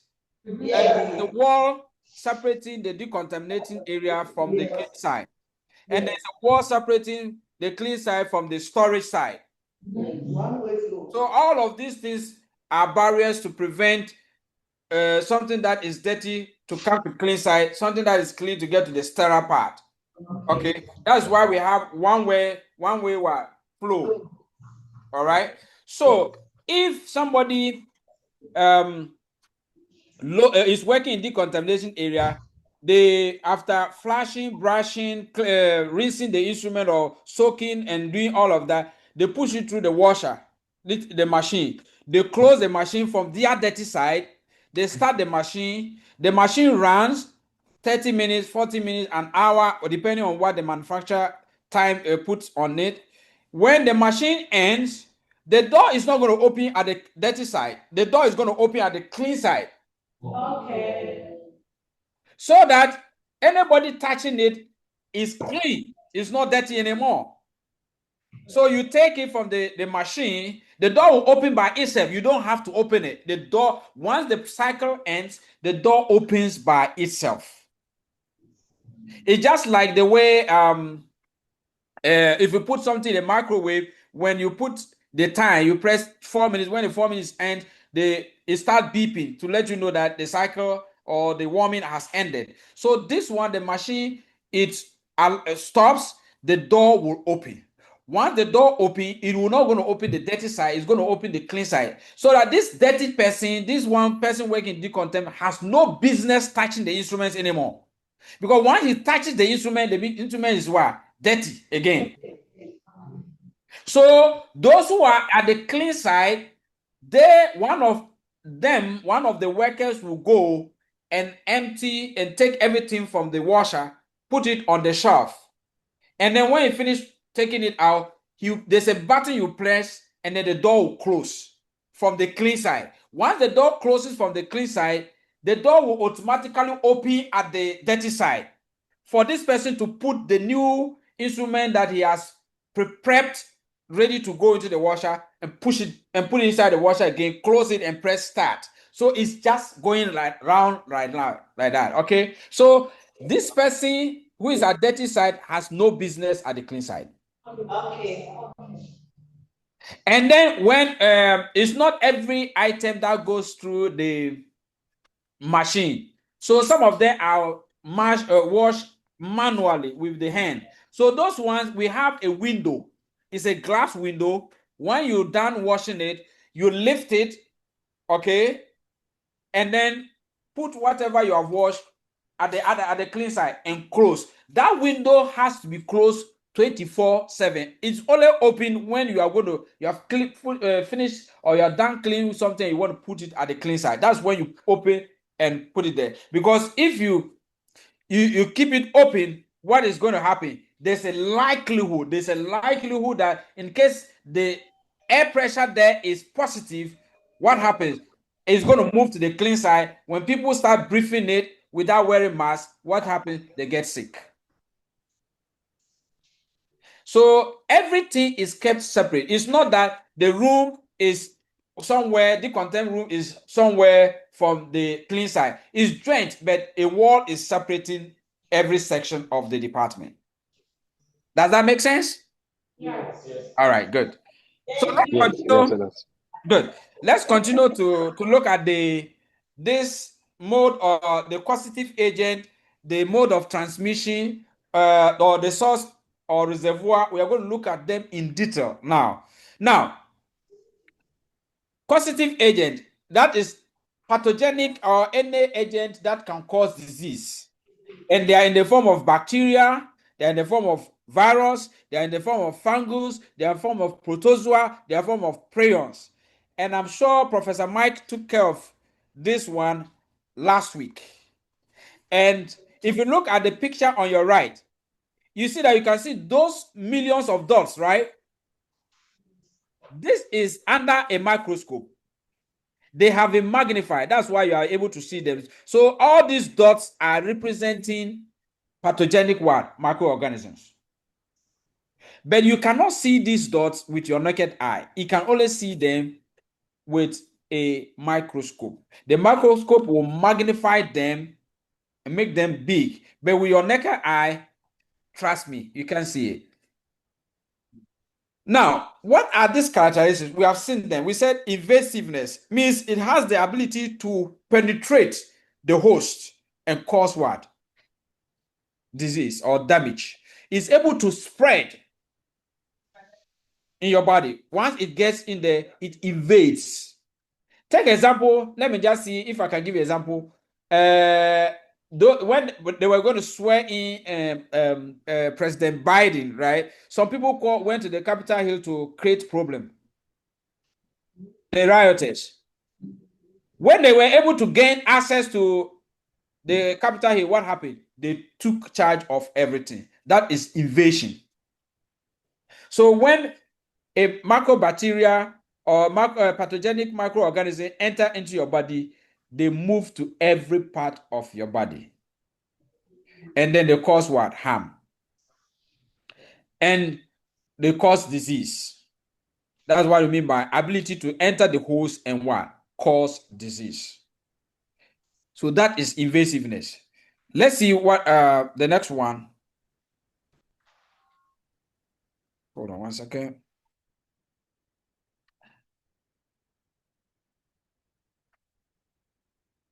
Hold on. All right. Now, successive what? The reservoir, the source. Where do they come? Where do they survive? Where do they survive? This bacteria, virus, fungi, protozoa, or prions. Where do they survive? Prions is a very dangerous one. It's also called Creutzfeldt-Joseph disease. Very difficult to what? To destroy. Most of the time, patients who come with that disease or those kind of pathogenic microorganisms, it's not easy. They normally use what you call disposable instruments on them, and then they throw the instrument away because it's not easy to sterilize or to get those microbacteria or microorganisms dead. The prions, very difficult to kill them. All right. So now, where do they survive? Where do these bacteria, prions, protozoa, fungi, where do they survive? Common reservoirs in the healthcare settings include humans. So the human being, we saw that already, such as what? Patients. The patients who come there are already sick. So their immune system is infected with this virus. What kind? We don't know. That is why we need to pay attention to standard precautions. Healthcare personnel. Some of your colleagues are also sick. You don't know. Some people sick, they don't show any symptoms. That is why COVID times, somebody will be sick with COVID, you will not see any symptoms. He's not coughing, he's not sneezing. Once a while, he will sneeze, but he's not sneezing like that all the time, like a chicken. But he's sick or he has COVID. That is why we were mandated to wear mask all the time. Standard precaution. It can be in the family, it can be visitors coming in. So any human being is a source of bacterial growth. All right. And then not only human beings carry bacteria or disease-causing microorganisms. Inanimate objects, that is, inanimate are non-living things. Okay, like the door handles, the surgical instrument, the keyboard, the telephone that we saw. All of them are inanimate objects, which some parts of the Disney they've called them formites. The same thing as inanimate objects. So your door not handle, which has been touched by a lot of people in the day, some dirty, some clean, some oiled, some contaminated, depending on who touched it. So you got to pay attention. Who used the keyboard before using it? The keyboard is a source of survival of these microorganisms. You touch it, you take it away. Then contaminated foods, water, or intravenous fluids are potential reservoirs. So food can be a reservoir, water can be a reservoir, intravenous fluids, which is what goes into the patient, can be a reservoir, and then all of that is also a way by which these microorganisms work. Okay, so if food is poisoned, when I mean poison, it's not necessarily that a chemical poison like DDT that will kill you, but maybe food is gone bad and you don't know, and you ingest into your body. You swallow, you eat it, you chew it, and food has gone bad, you chew it. What happens? You get sick. Either you throw up or you get running stomach. And that running stomach or throwing up can go and trigger an already silent disease in your body that was not disturbing you, but because the food was poisoned and it got there was some reaction, you can get that disease can begin to manifest in your body. Carriers of infectious disease. Individuals with active infections but without obvious symptoms pose a significant risk. The example I gave you of COVID, there were some people among us who had COVID. They never knew they had COVID because they didn't have high temperature, they were not sneezing, they were not coughing, they were just healthy, going about living with their business, and then they were hugging people. This is an infectious person who was hugging, shaking people, who were eating people at close range or sitting together with people at close range, but they didn't know they were carriers. Carriers display no symptoms but can transmit the disease to others. What I just explained. How do we prevent that? Good personal hygiene. We saw it, hand washing, hand sanitizing. Appropriate housekeeping measures. Clean the keyboard, clean the doorknob. So if you have a very good hospital where housekeeping, it knows what the job they are doing, you will notice that once a while they have to sanitize the doorknobs. They have to clean the walls of the elevators. They have to clean. My place is a requirement that when you go to your shift, before you start your work, you have to clean the surface of your table, the phone that is on your table. If you have a keyboard, you have to clean it because you don't know what the other person has done with the keyboard and all of that. So housekeeping is very, very important. I don't know whether you guys have gone to a hospital, maybe visiting a friend, or you are working where you are working. It's a hospital setting. You are in the elevator. Sometimes the housekeeping guy is sanitizing the walls of the elevator. Is all doing so to break the chain of what? Transmission. All right.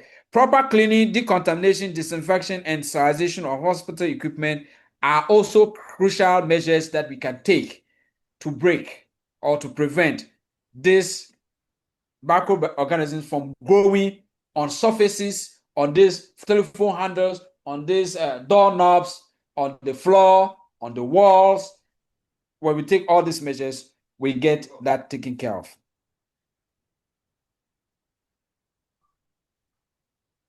All right.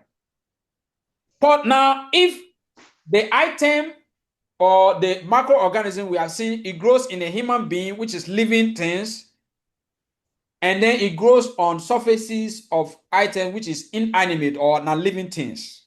Now, how does it get out in the human being? How does it get out when it is not a human being? Let's look at the human being first. Portal of exit, that is, but which means does it get out of the living being or the human being? Whether it's a patient, is your co-worker, is a visitor, how does it get out? Respiratory tract. And it gets out of the respiratory tract by coughing and sneezing. If you have never heard of this, let me know. We have all heard of all these things. That's why when you are to cough or to sneeze, a special cough, you have to, they say, always cover your mouth, because you don't know what you are putting out there. And I remember very well when COVID came, if somebody sneezed, nobody says, bless you. Bless you. People will begin to run away. If it's in a train, some people will get up from your area and move to another place because you are seen as a potential distributor of COVID-19. So respiratory tract is the means by which it gets out, and it does so by when we cough or sneeze. Genital unitary tracts. That is through urine or vaginal excretion or secretion or sperm. That is how it gets out. That is where you can get this sexually transmitted diseases, the HIV, the gonorrhea, syphilis, and all of that. That's how it gets out there. Then gastrointestinal tract. Vomit. You vomit, it touches surfaces. You can throw up and you don't know the extent of which the substance has gone far. You may think it is just maybe a feet or two. Maybe it's about 6 feet away. Some of it have gone. And then stool. The stool, you can imagine if you have a running stomach or a jogging stomach. Sometimes if you go to the bath, you're trying to use the bathroom and somebody is already in there, that is emergency there. All right. If you don't take time, by the time the person is out, you mess up your life. All right.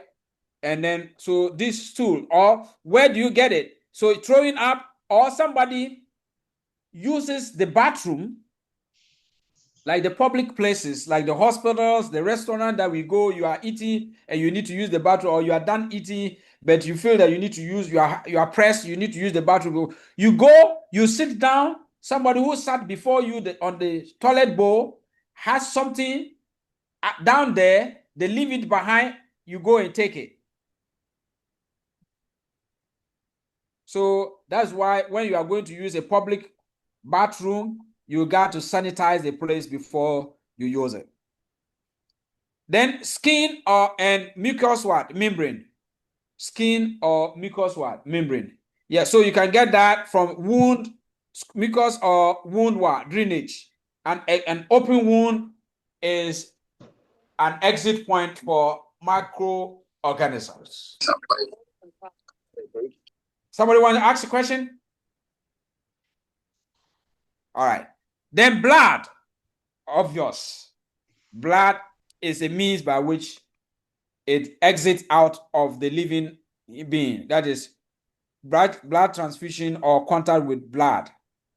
Okay, if you get contact with blood, that's why when you are punctured, you are in decontent, you get a puncture or you get a sharp cut, you got a report, and then they begin doing evaluation and following up with you. They will give you tetanus injections and what have you to make sure that you don't get infected. Then transplanter what means transplanter. So it means that it can exit when you are doing transplanting of some organs. All right, transplanting of some organs, it can lead to that. Now, let's look at mode. Now, that is the way it exits from a living being. As for the non-living organisms, it is you who has to touch it and take it to somewhere.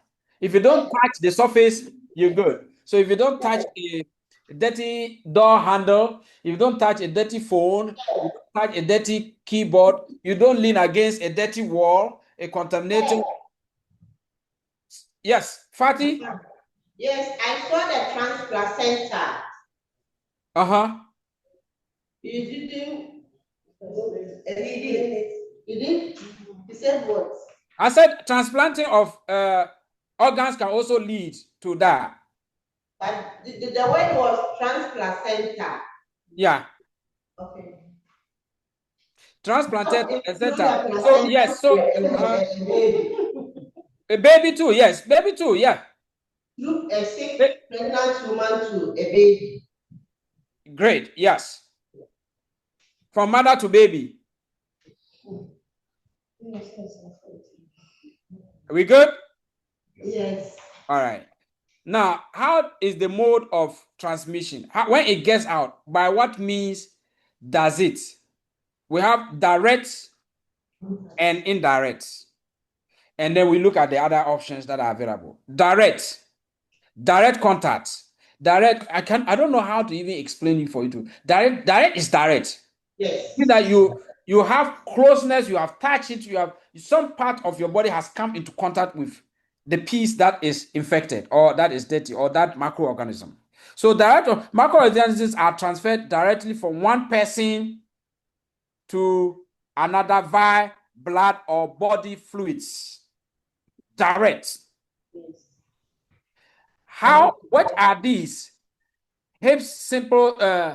Simplest one, virus, that's HSV, and then respiratory syncytial one, virus.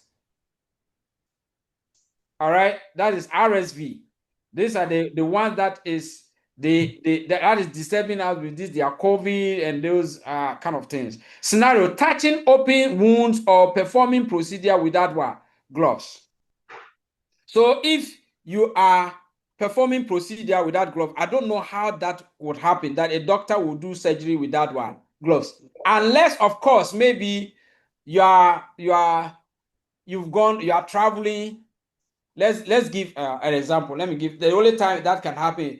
Let's say you are traveling, and then in the midst of the travel on the train, a pregnant woman is having a baby. No, you are not having gloves, but you need to receive the baby. Maybe that's when this thing. And even then, I want to believe that you might even want to use maybe some cloth or some sort instead of using just your bare hands. Do you guys agree with me? Yeah, that's true. Yes, I do. Yeah. So, under no circumstance should any procedure happen without gloves. So the same, if you are working in decontent, you have to touch these dirty instruments that have been used on a patient. Okay, that you need to wear gloves. So the doctor wear what we call surgical gloves. These gloves, I wish one day you will see how they put it on. Nobody is supposed to touch it. It's the doctor. He has to wash his hands thoroughly, dry them before he. So this is how when the doctor is going to wear the surgical gown, this is how he raises his hand. Then somebody is holding the gown, and then he will put his hand in there, and then they tie the ropes at the back to hold it in place. Then the gloves to the open, and then he will lift it and then wear it. All right. Nobody is supposed to touch it. That is how critical it is. So I don't understand how you will come into contact with that one gloves. But if that happens, it could happen under the circumstance I gave. But even then, you try to use some cloth of some sort other than using your direct hands. Now, indirect. The indirect is when we come in. Direct will have to do with the doctor, the surgeon in the room. Indirect is when central sterile processing technicians comes in. Transfer of microorganisms through contact with contaminated objects. We deal with objects, machines, instruments, and the rest. That is where indirect comes in with CSPD. Now, example, inadequate clean surgical instrument or contaminated PPE. You see, when instruments are not clean, we are exposed to it. We touch it, we go and touch something else, we contaminate that thing. If you are in decontam and you wear your PPE, you done cleaning. If you don't take out the PPE in a certain order and part of the PPE touch your body, that part of your body is contaminated. If you go to the department and you begin to hug your friends, you can see the damage you are causing. But you wouldn't know. So when you are degowning, you are taking your PPEs, you have to follow a certain order. Most of the time, the department, they have the order in the decontamination area posted. So sometimes they have it in a picture form, sometimes they have it items listed. Maybe gown first, gloves second, facial shield, mask. I'm not giving you any order because I can't remember the order myself because I barely go there to work to wear them, so I can't remember it on top of my head. But when With you the are PP, there, sorry, sir. One question. With those clothes when I take them off, right? Who's the one that takes them and clean them? Somebody from a different department takes those. is it the PPE? Yeah. The PPE is one-time use. You trash it. Oh, got it. Yeah. It's only the scrubs that you The don't have to scrubs. take it home. You deposit it in a machine. They will come for it and go and do laundry and bring it back. And my Right? name will be on it, or would my name be on it, or it's No. okay. No. You deposit it. The only thing you can do is you determine your size. You go in. You are taking from the machine. You choose your size. If you are large, extra large, small, medium, that's the only thing. So the scrubs that you are wearing, somebody has worn it before. All right. Good. Let's continue. So that is where you come in. So the scenario, using non-disinfected equipment or surfaces shared between patients. So if you use an equipment and you didn't disinfect it and use it on another patient, that is where the indirect comes in. Okay.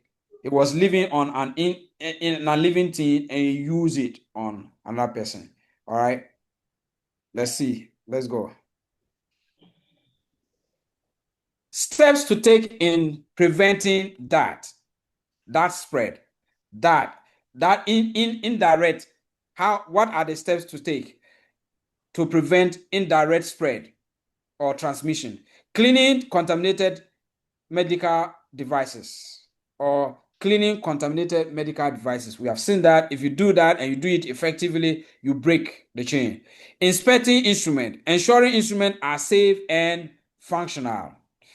Then assembling and packaging them, I say again, facilitate sterilization. And then what happens? The bacteria that are, or the microbacteria that are left on the instrument that were not picked will be dead by the time they are exposed to 270 degrees temperature. That is when the sterilization takes place. Or selecting appropriate methods for each device. Depending on the device manufacturer, IFU, you know whether you're going to do sterilization, low temperature, high temperature, or high level disinfectant. HLD, high level disinfectant. And then it should be stored such that it does not lose its sterility. Whatever you have sterilized, whatever you have high level disinfected, it should be stored such that it does not lose its sterility. So that when all these boxes are checked off and checked off correctly, then you prevent the spread by indirect means. Then another means that it can also transmit is droplets. Is droplet means. By droplet, it means large respiratory droplets that are released into the environment when an infected person coughs or sneezes. Do you notice that sometimes somebody coughs or sneezes and you can see large sputum deposited on the surface? Yeah, that is the droplets scenario. Somebody sneezes and you can see as if he just took a shower. I just came out from the shower. Somebody talks and everything is dripping. That is droplets. If somebody is sick and is in that condition, it can also bring about, and that is where COVID comes into our place. Influenza and then COVID. You remember they say 6 feet. How many of you remember 6 feet? I don't know whether it's still there or not. All right, so 6 feet, you have to keep your distance. Or if you are working like somebody, I think somebody made mention of it in one of the examples. Yeah, they will say this room is this patient is they normally designate, how do they call it? Droplets. They put some droplets, some sign on the door to show that this person, if you go there, you are treating this patient, you have to dress in a way so that even if you are having contact with him or her and the person coughs, the droplets will not infect, or you're not taking the droplets. They have that. I just forgot the term that it uses. So close range exposure normally is what leads to this droplet transmission. Then we have airborne. Airborne is airborne. It means that it's suspended in the atmosphere, in the air. They are tiny particles. You can see them. They are in the air. You can see them. You breathe them unknowingly, and that is what happens. So they can spread by what? Air particles, tiny airborne particles that remain suspended in the air over time. They can stay there, and they can even travel a distance you don't know, and then you take them in. Tuberculosis, measles, varicella, or chickenpox are the means by which you get these transmissions, or the disease that can via this transmission is what we just listed. All right. And then this can only happen when you have poorly ventilated environment or during aerosol generating procedure. Aerosol generating procedure. That is why when you are brushing, you are in decontam and you are brushing, you are supposed to brush under the water. Whatever you are brushing, you have to brush it underwater so that it will not spread, because under the water is heavier than air. So the water will suppress the particles from coming out.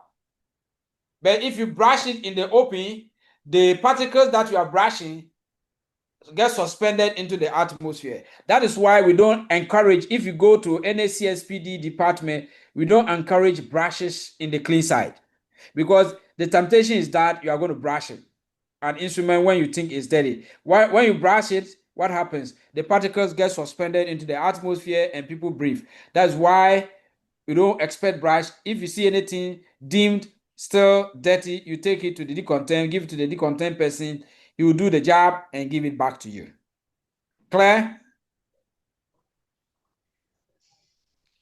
Yes, got it. Yes. Another means by which it spread is what we call common vehicle transmission. Common vehicle transmission. And this is where food comes in, water comes in. So pathogens transmitted through shared contaminated what? Source, such as food, water, and medication. So when food is not treated well and goes bad, and everyone who consumes it will get a reaction. Same thing, water. So you get what we call listeria or hepatitis what? A. Examples of what you could get through common vehicle, that's food poisoning or food water contaminated. Then we have the vector borne transmission. That is insect vector. That an insect will be the carrier or will be the one transmitting it. One that you cannot forget about is mosquito.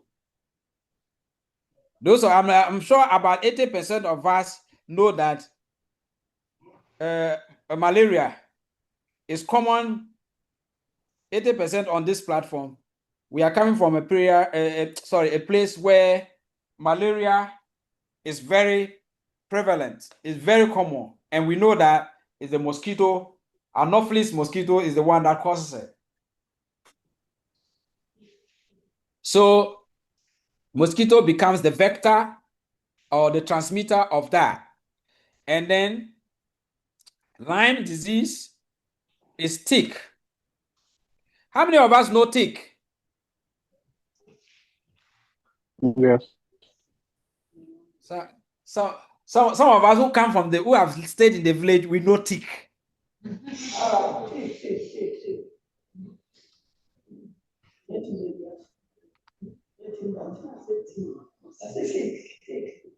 Tick. I'm not sure. These days is not. Well, I'm going to give you some examples. You might not see them. It's not common, but if you are live in a very remote area, you see them. You see them on animal most of the time. Animals like cows, Yeah, cows, dogs, goats, deer. goats. They stick to the animal and then they suck the blood.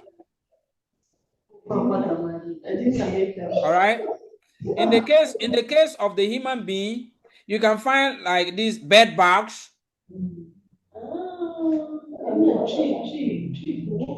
Bed bugs. You can, and then in human beings too, we can have what? Hair lice. Hair lice. People used to carry that. Hair lice. And these days it's not common, but I think people are still there somewhere, somehow. It's not common these days, but hair lice still exist. I want you to know that. Okay, so those are the vectors. All right. How do we prevent all of this transmissions?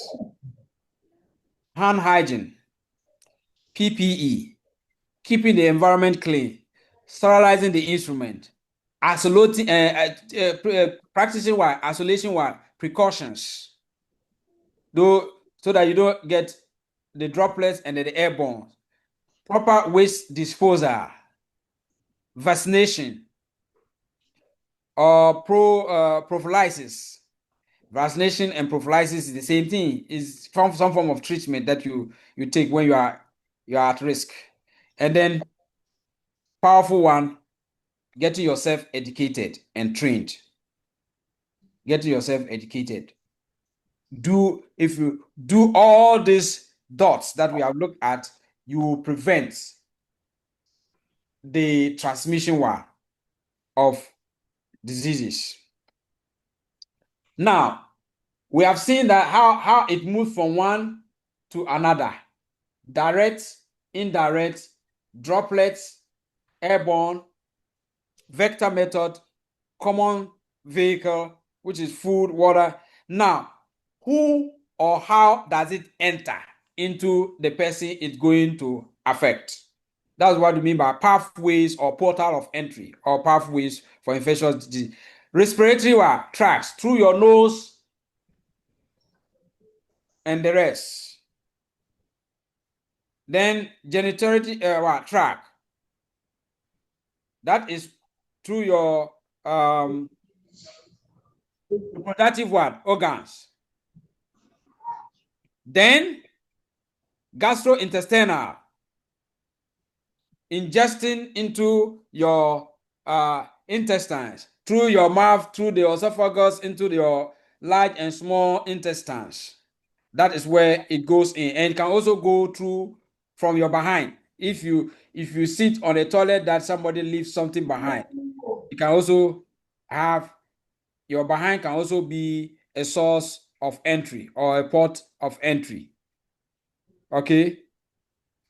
Then Fatty's word. Fatty, how do you say that one? Transplacenta. Aha, you see, Madam is in the house. So whenever I get there, I'll need the services of Fatty to say it for me. So transplantenta, okay. She's my professor for today. All right. So and then we have medication and treatment compromises your immune system. Sometimes you can get infection through some medication. Have you ever seen recalls? Have you ever heard of some medication Yes. being recalled? Why are they recalled? Yes. Yeah. Okay. Then trauma and its treatment. Trauma is an emergency situation. All right. People are involved in an accident, and then bones broken, blood oozing out. How do they call them? Marrows showing. It's so chaotic. No. All right. In that process, transmission or it can be a source of entry when there is a chaos like that. All right. Safe protocols to prevent this. Maintaining clean or sterile techniques. Again, proper hygiene. Hand hygiene, using disinfectant and sterilization equipment or sterilized equipment. That is, if it is treating or having to expose yourself to this port of entries. That's why when you use the battery, you have to clean your behind and wash your hand. All right.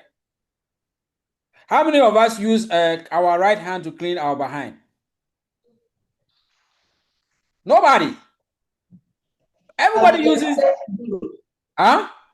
You see somebody who is a lefty and using the right hand to clean them because they're using the left to do the Yeah. So anybody who uses the right hand is a lefty. That's what Fatih is trying to say, which is true. So everybody, when the one that you use to go to feed your mouth or to put food into your mouth, you don't use that one for your behind. All right. So that's why we need to wash our hands. Okay.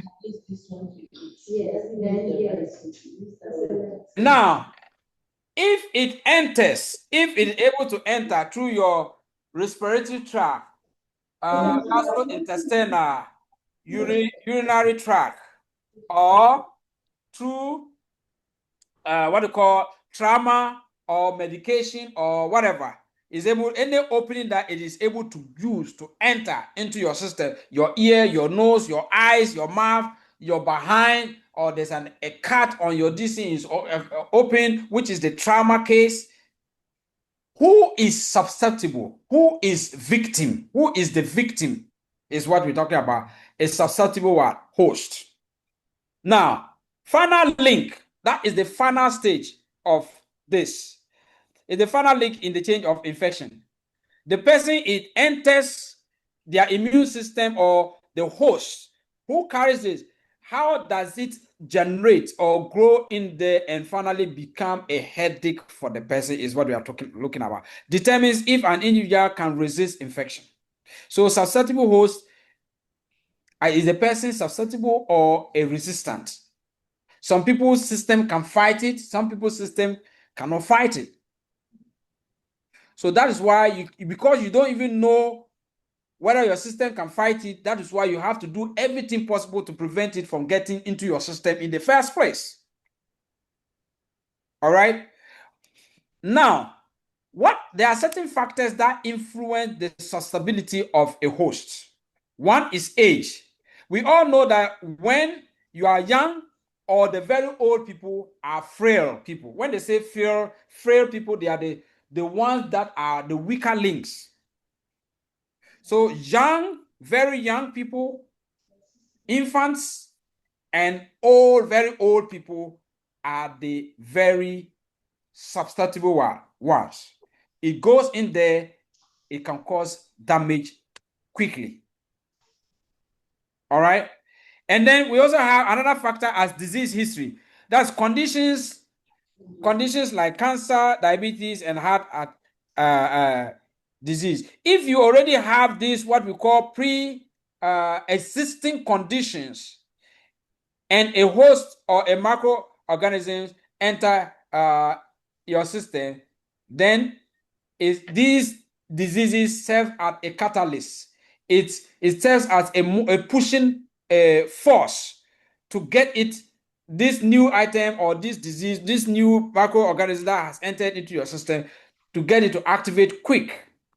So your age, your disease history can influence your susceptibility.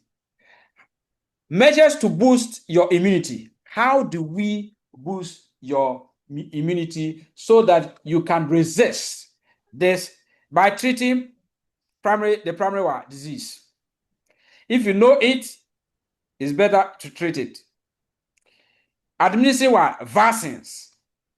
That is why when you are going to go into the medical field, you go through the paperwork. Sometimes you go to the employee health or go take some shots to get your body fortified, ready to go. Like sometime a couple of years back, everybody was forced to take COVID. If you wanted to keep your job, take COVID shot. If you don't, get out of here. Today it's not like that. Okay, but vaccines are still administered when seasons change. When seasons change, you go for flu shots. When police are coming, you hear everybody sneezing, chew, chew, chew, chew. You go for flu shot so that even if somebody sneezes and it goes into your system, because of the shot, your body is fortified. Recognizing that you have a high risk, you can boost your immune system. You can take certain medications to boost your immune system, or you can take certain practices to boost your immune system. How do Central Star come into this picture? It says interrupting the chain of infection. Interrupting the chain of infection. How do we do that? Hand hygiene, personal hygiene, sterilizing instrument. Do not keeping all the preconditions separate. Dirty, clean, sterile. All these conditions must be kept separate. If you do all of this, you break the chain of infection. Now, all that we have been talking about, what the infection, what causes it, how does it transmit, how does it survive in the first place, that it is able to survive there, and then before it is able to transmit. If it transmits, how does it enter into somebody? And if it enters into somebody, how it is able to cause harm to the person? What is your role as central service technician to make sure that you can prevent this? That is the main focus. So ensuring instrument and equipment are safe for patients. This point cannot be overemphasized. Adapting to advance in technology. Adapting to advance in technology. That is why you have a device. Before, we use just our naked eye to look at the scope. An instrument that is having a channel, we use our naked eye to look through. How can you look through with your naked eye through a channel? Channel is so narrow. How do you see that? What we do, or we also do, is to flash, to pass something through to see whether anything is stuck in there. Sometimes the walls, what we are pushing through is not touching the walls such that we are able to see that anything comes out. We are using the wrong size of the brush to pass through. So we have medicine had advanced, or technology had advanced, that they now have a device that you can check lumens to see whether it is clean throughout the lumen, that we call borescope. These are advances in what? Medicine or medical device manufacturing. So all these things, you need to be what? Familiar with them so that you can use it.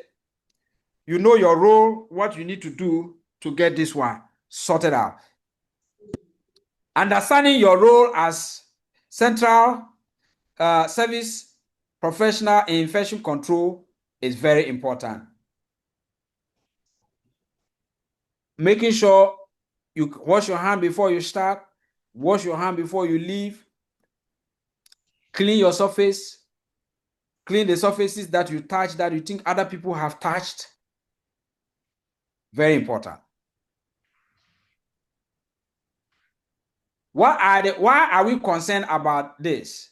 Because people go to the hospital and they go to the hospital with one thing, they leave the hospital with other stuff. That's why we are concerned.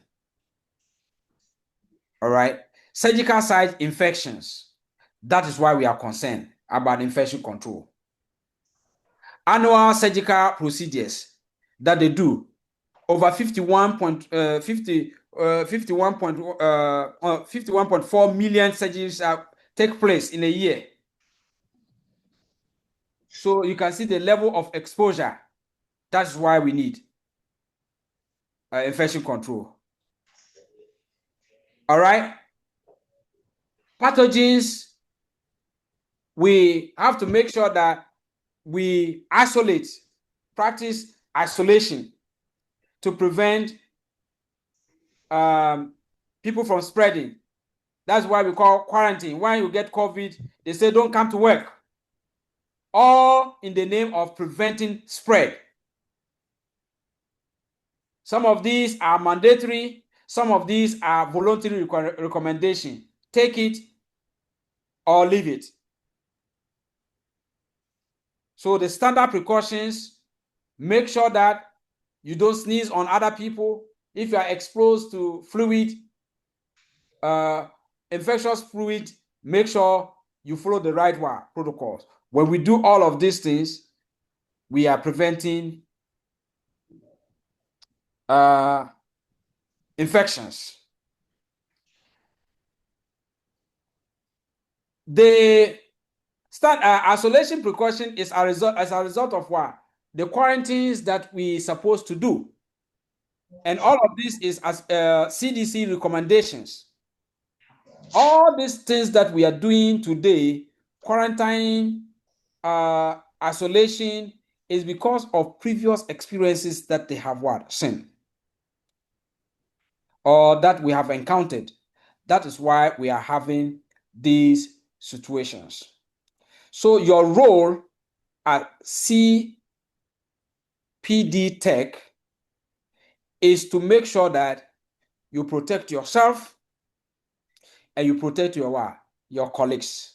And you can only do that when you pay attention to details by performing personal and hygiene, performing hand hygiene, make sure that you follow hospital protocols, putting on the right attire that is suitable in the section of the department you're supposed to work. Don't go and say, it's too hard, I can't wear PPE. Or you wear a gown, but the gown is porous, meaning that there are holes that water can seep through and touch your skin. It has to be what we call fluid resistant gown. It's a plastic piece, meaning that it is not having any holes whereby water can go through and touch your body. Even when you wear that and you're done for the day, you have to take it down, trash it, and then you cannot carry the scrubs home. You got to leave it in the hospital for it to be laundered and then put back into circulation. If we are able to do all of this, then we are on track to breaking the chain of infection. Any question?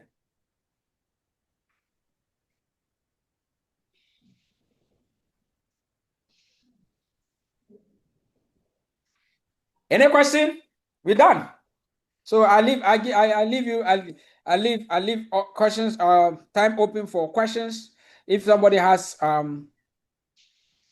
any questions they should ask before I hand it over to the director to chip in if he has any contribution or announcements to make. The announcement is that tomorrow there's going to be in person.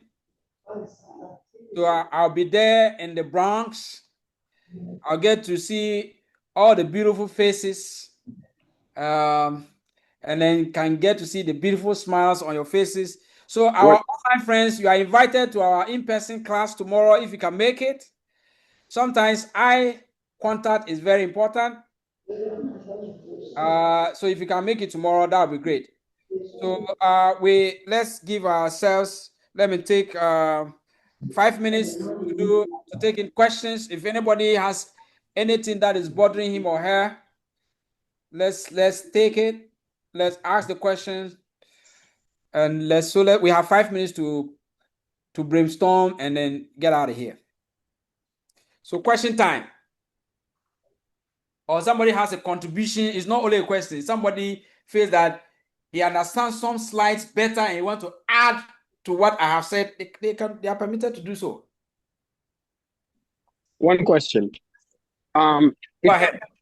If I'm doing a sterile process of some equipment for a procedure, maybe for later on in the day or later on in the night, what if someone or a surgery is going to happen immediately, like something just came in, or within an hour?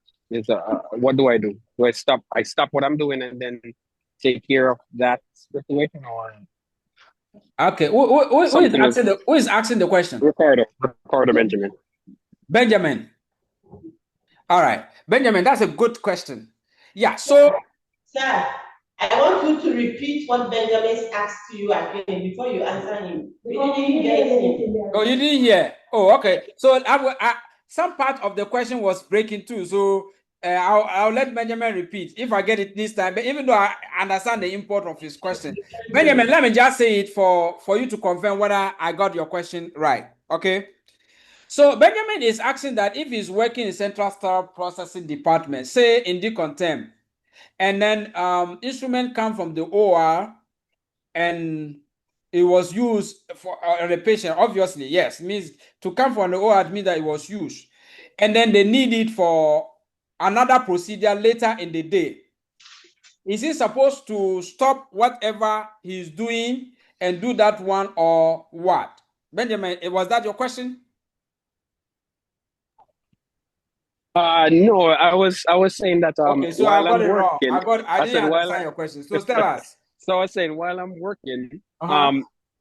someone came in for emergency, like real right now emergencies protocol, the surgery, and the surgeon asked for a certain instrument, and it needs to be cleaned immediately.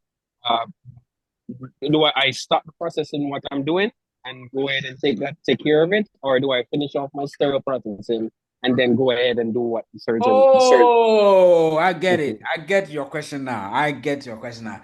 Benjamin, the answer is very, very simple.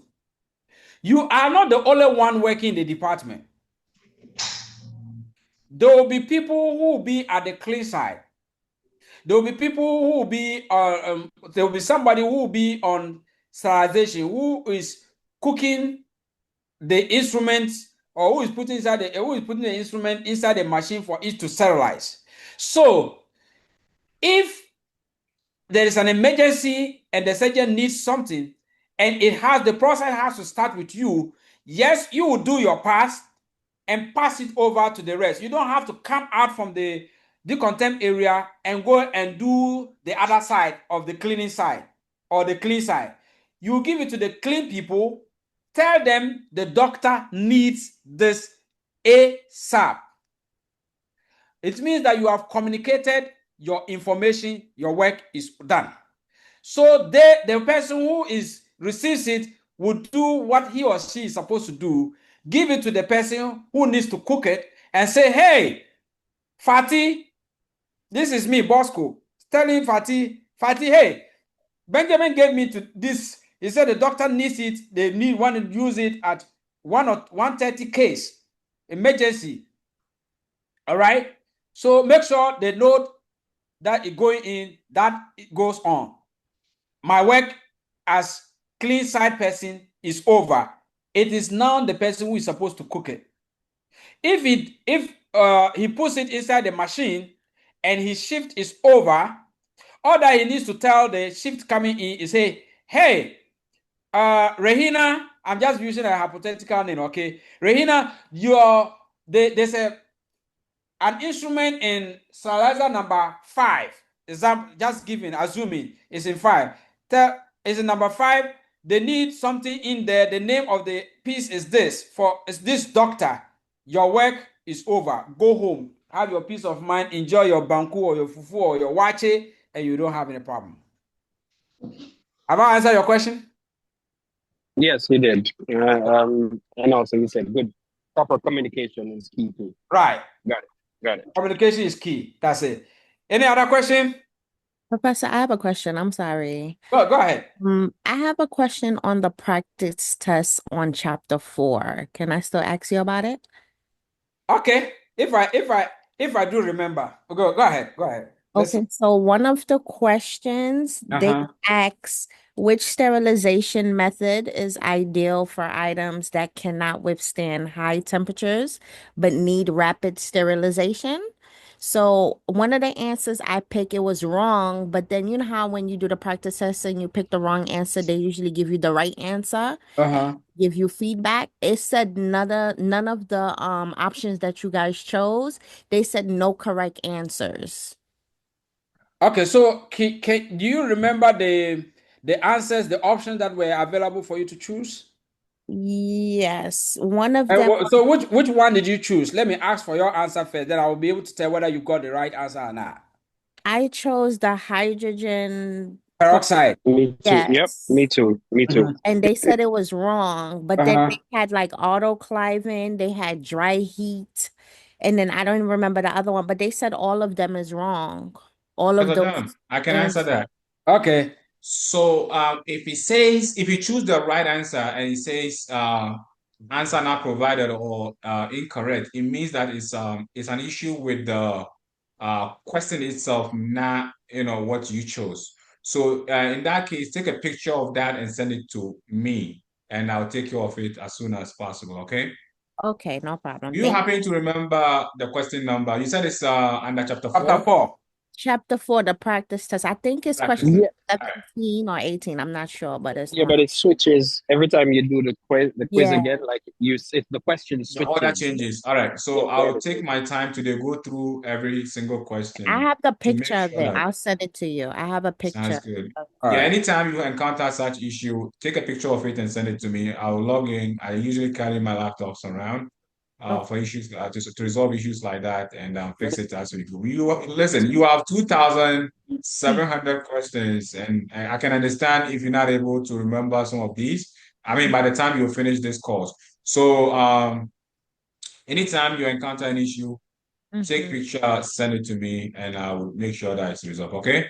Okay, no problem. Thank you. Yeah. Thank you, All Sheila. right. Any other question And the before? next one, it's just a slight thing, but I realize that sometimes when you write your name in some of the quiz or practice tests, you get points. I put my name in, but it's saying my name is wrong. And then when I put your So that is a challenge with our system, right? Because by default, anything you put on that form is required. If you do not put if you don't set it on by default as required, some people will be tempted not to write their name over there. You know, we're trying to find a way that we can make it such that you will need to provide your name, that it will not grade that particular. For some of them, we've been successful. Others, we are yet to, code it such that, it wouldn't be marking your name. But just disregard that, all right? But we want you Okay, to no provide problem. your name because that's how we keep records of what your scores are for all the quizzes, all right? So don't worry about whatever it says. If you know that, of course, Ricardo, you know your name. If it says you are, so don't worry about that. Okay, Ricardo? Got it. I You know wasn't about that. sure We if just like want you to under provide. actual, I wasn't Can you say sure that if in again? the actual test. Yes, I do understand. I Ricardo, wasn't what sure was if in that? the it's actual. a system, so it sometimes It's a system thing. Don't worry about yeah, it. so We yeah, just some want we just want to like make sure that you provide your name, and by default, every field is required for you to put something there. And because we cannot predict who will be using the form at any point. So we cannot we can't write all the names there. So that anything you provide in that field is going to say it's wrong, but you know your name. So don't worry about that. Be worried if you select any answer from the options and it says the answer is wrong when you know it's correct. yeah. Then you can send us a screenshot of the question. And please, anytime you are sending us, we need you to state the chapter and if it is quiz or practice. So, hey, I have issue with this question. Is from chapter 1 quiz. It's from chapter 1 practice, because that's the only way we can go get exactly to the particular quiz or assignment to fix it. But if you just take a picture of it and you send it, that means we have to play detectives before we'll be able to tell where to navigate to. So let us know where the issue is. Hey, I have this issue. Take a picture, this section and this chapter, and we'll resolve it. All right. Yes. One Any more other quick concern? question. Does Yes, anybody one here more. still have issues logging in? No, somebody want to ask a question. All Just right. one more question. It's regarding the job, correct? So when we're working, right, is there a certain amount of people that need to be on the team? Can you repeat the Yes. question again? Yeah. It's asking if they are working, is there a certain number of people who need to be on the team? And I said yes. Oh, this is pertaining to the class. I thought it's No, about the no. website. It's not about the website. No. Okay, so that's your domain. Yeah. So Ricardo, right? Is that the name? You understand what he's talking about, right? You know Yeah, I how you understand. set all flow to quiet so that it will improve, And when we did the thing, all the fields we made it required. But then we're like, name cannot be required, right? So you have to, but if you make it as not a requirement, people will not write their name. Then you wouldn't know who is doing what. So I think there's a problem somewhere. huh? Okay, Ricardo. because names, you need to provide your name. So there's something like that gets your name there. You have a charger? Yeah, I have a charger. I need to get on the phone now. Yes, I think I have a section. This custom in. All right, guys. Somebody was the last question was do we how many This people nature of our job, management, that's me. Oh yeah, I've always been telling my friends that. Yeah, and not only management in totality, it doesn't matter where you work. The challenges are obvious everywhere. Mr. Salim, can you There is please about mute? living. Can you mute yourself, please? I'm so sorry. Okay. Yeah. So the question that was asked was about how many people are on the shift, right? Is that what is the question? I lost the track of the Yes, question. that's the question. Yes, that's the question. Right. Yeah. So yes, you have so many people depending on the size of the department or the needs of the department. You could have about 6 or 10 people in the morning. That is mean that they work 7 in the morning to 3 o'clock. You could have 50. You could have 20, depending. So, for example, the hospital where I work, I have 3 staff in the morning. I have one person coming in the middle of the morning. The person starts at 10 o'clock to relieve. This person will be relieving the morning people for break. When they are going for break, then this person will go and cover wherever the job they were doing. Okay. Then I have 3 staff in the morning. In the evening coming. Then I have another 3 in the night. So my hospital is a small hospital. We only have 6 ORs that we do maybe a maximum of 25 to 30 cases a day. Sorry. Is it okay? So depending on the size of the hospital and the operating room, yes, you could have about 15 people in the morning. You could have about 20 people in the morning. You can also have about 2 people in the morning. You can have 2 people in the afternoon, 1 person at night. So yes, it's not going to be 1 person. It's only 1 person if you are working in a doctor's office, like a dental office. You are the one who will go and do the cleaning and decontain. You are the one who will go and come and do the prep and pack, and then you are the one who will do the sterilization. That means you are 1 person do it all. But if you are working in a hospital setting, it's always a team. It's always a shift. It's not 1 person. Have I answered your question? Yes, you did. Good. All right. Yeah, fact. I see a hand. That's the last question. Yes, it's not a question. Okay.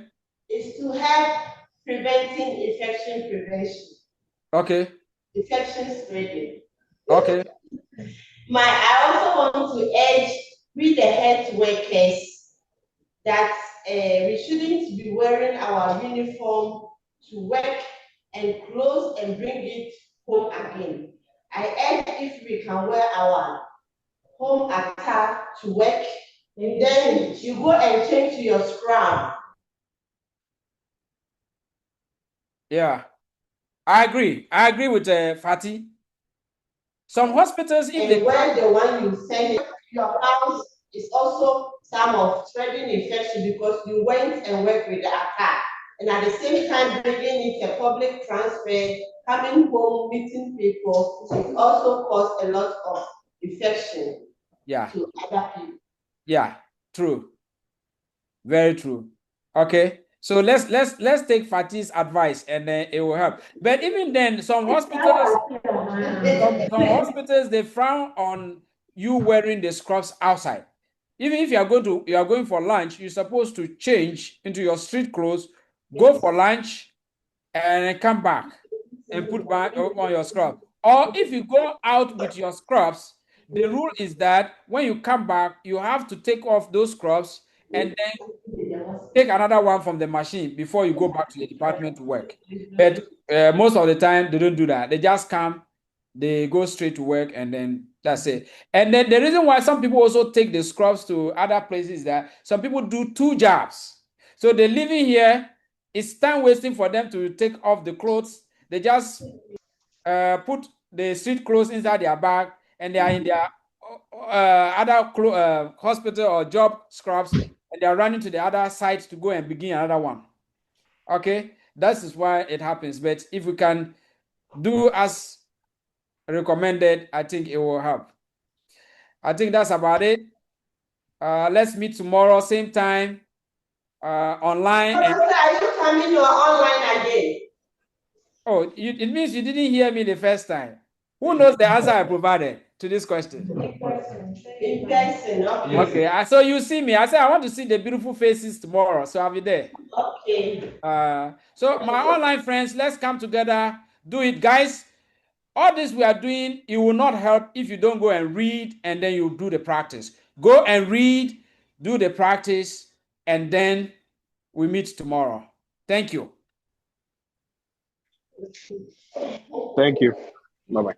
Thank you. Thank you.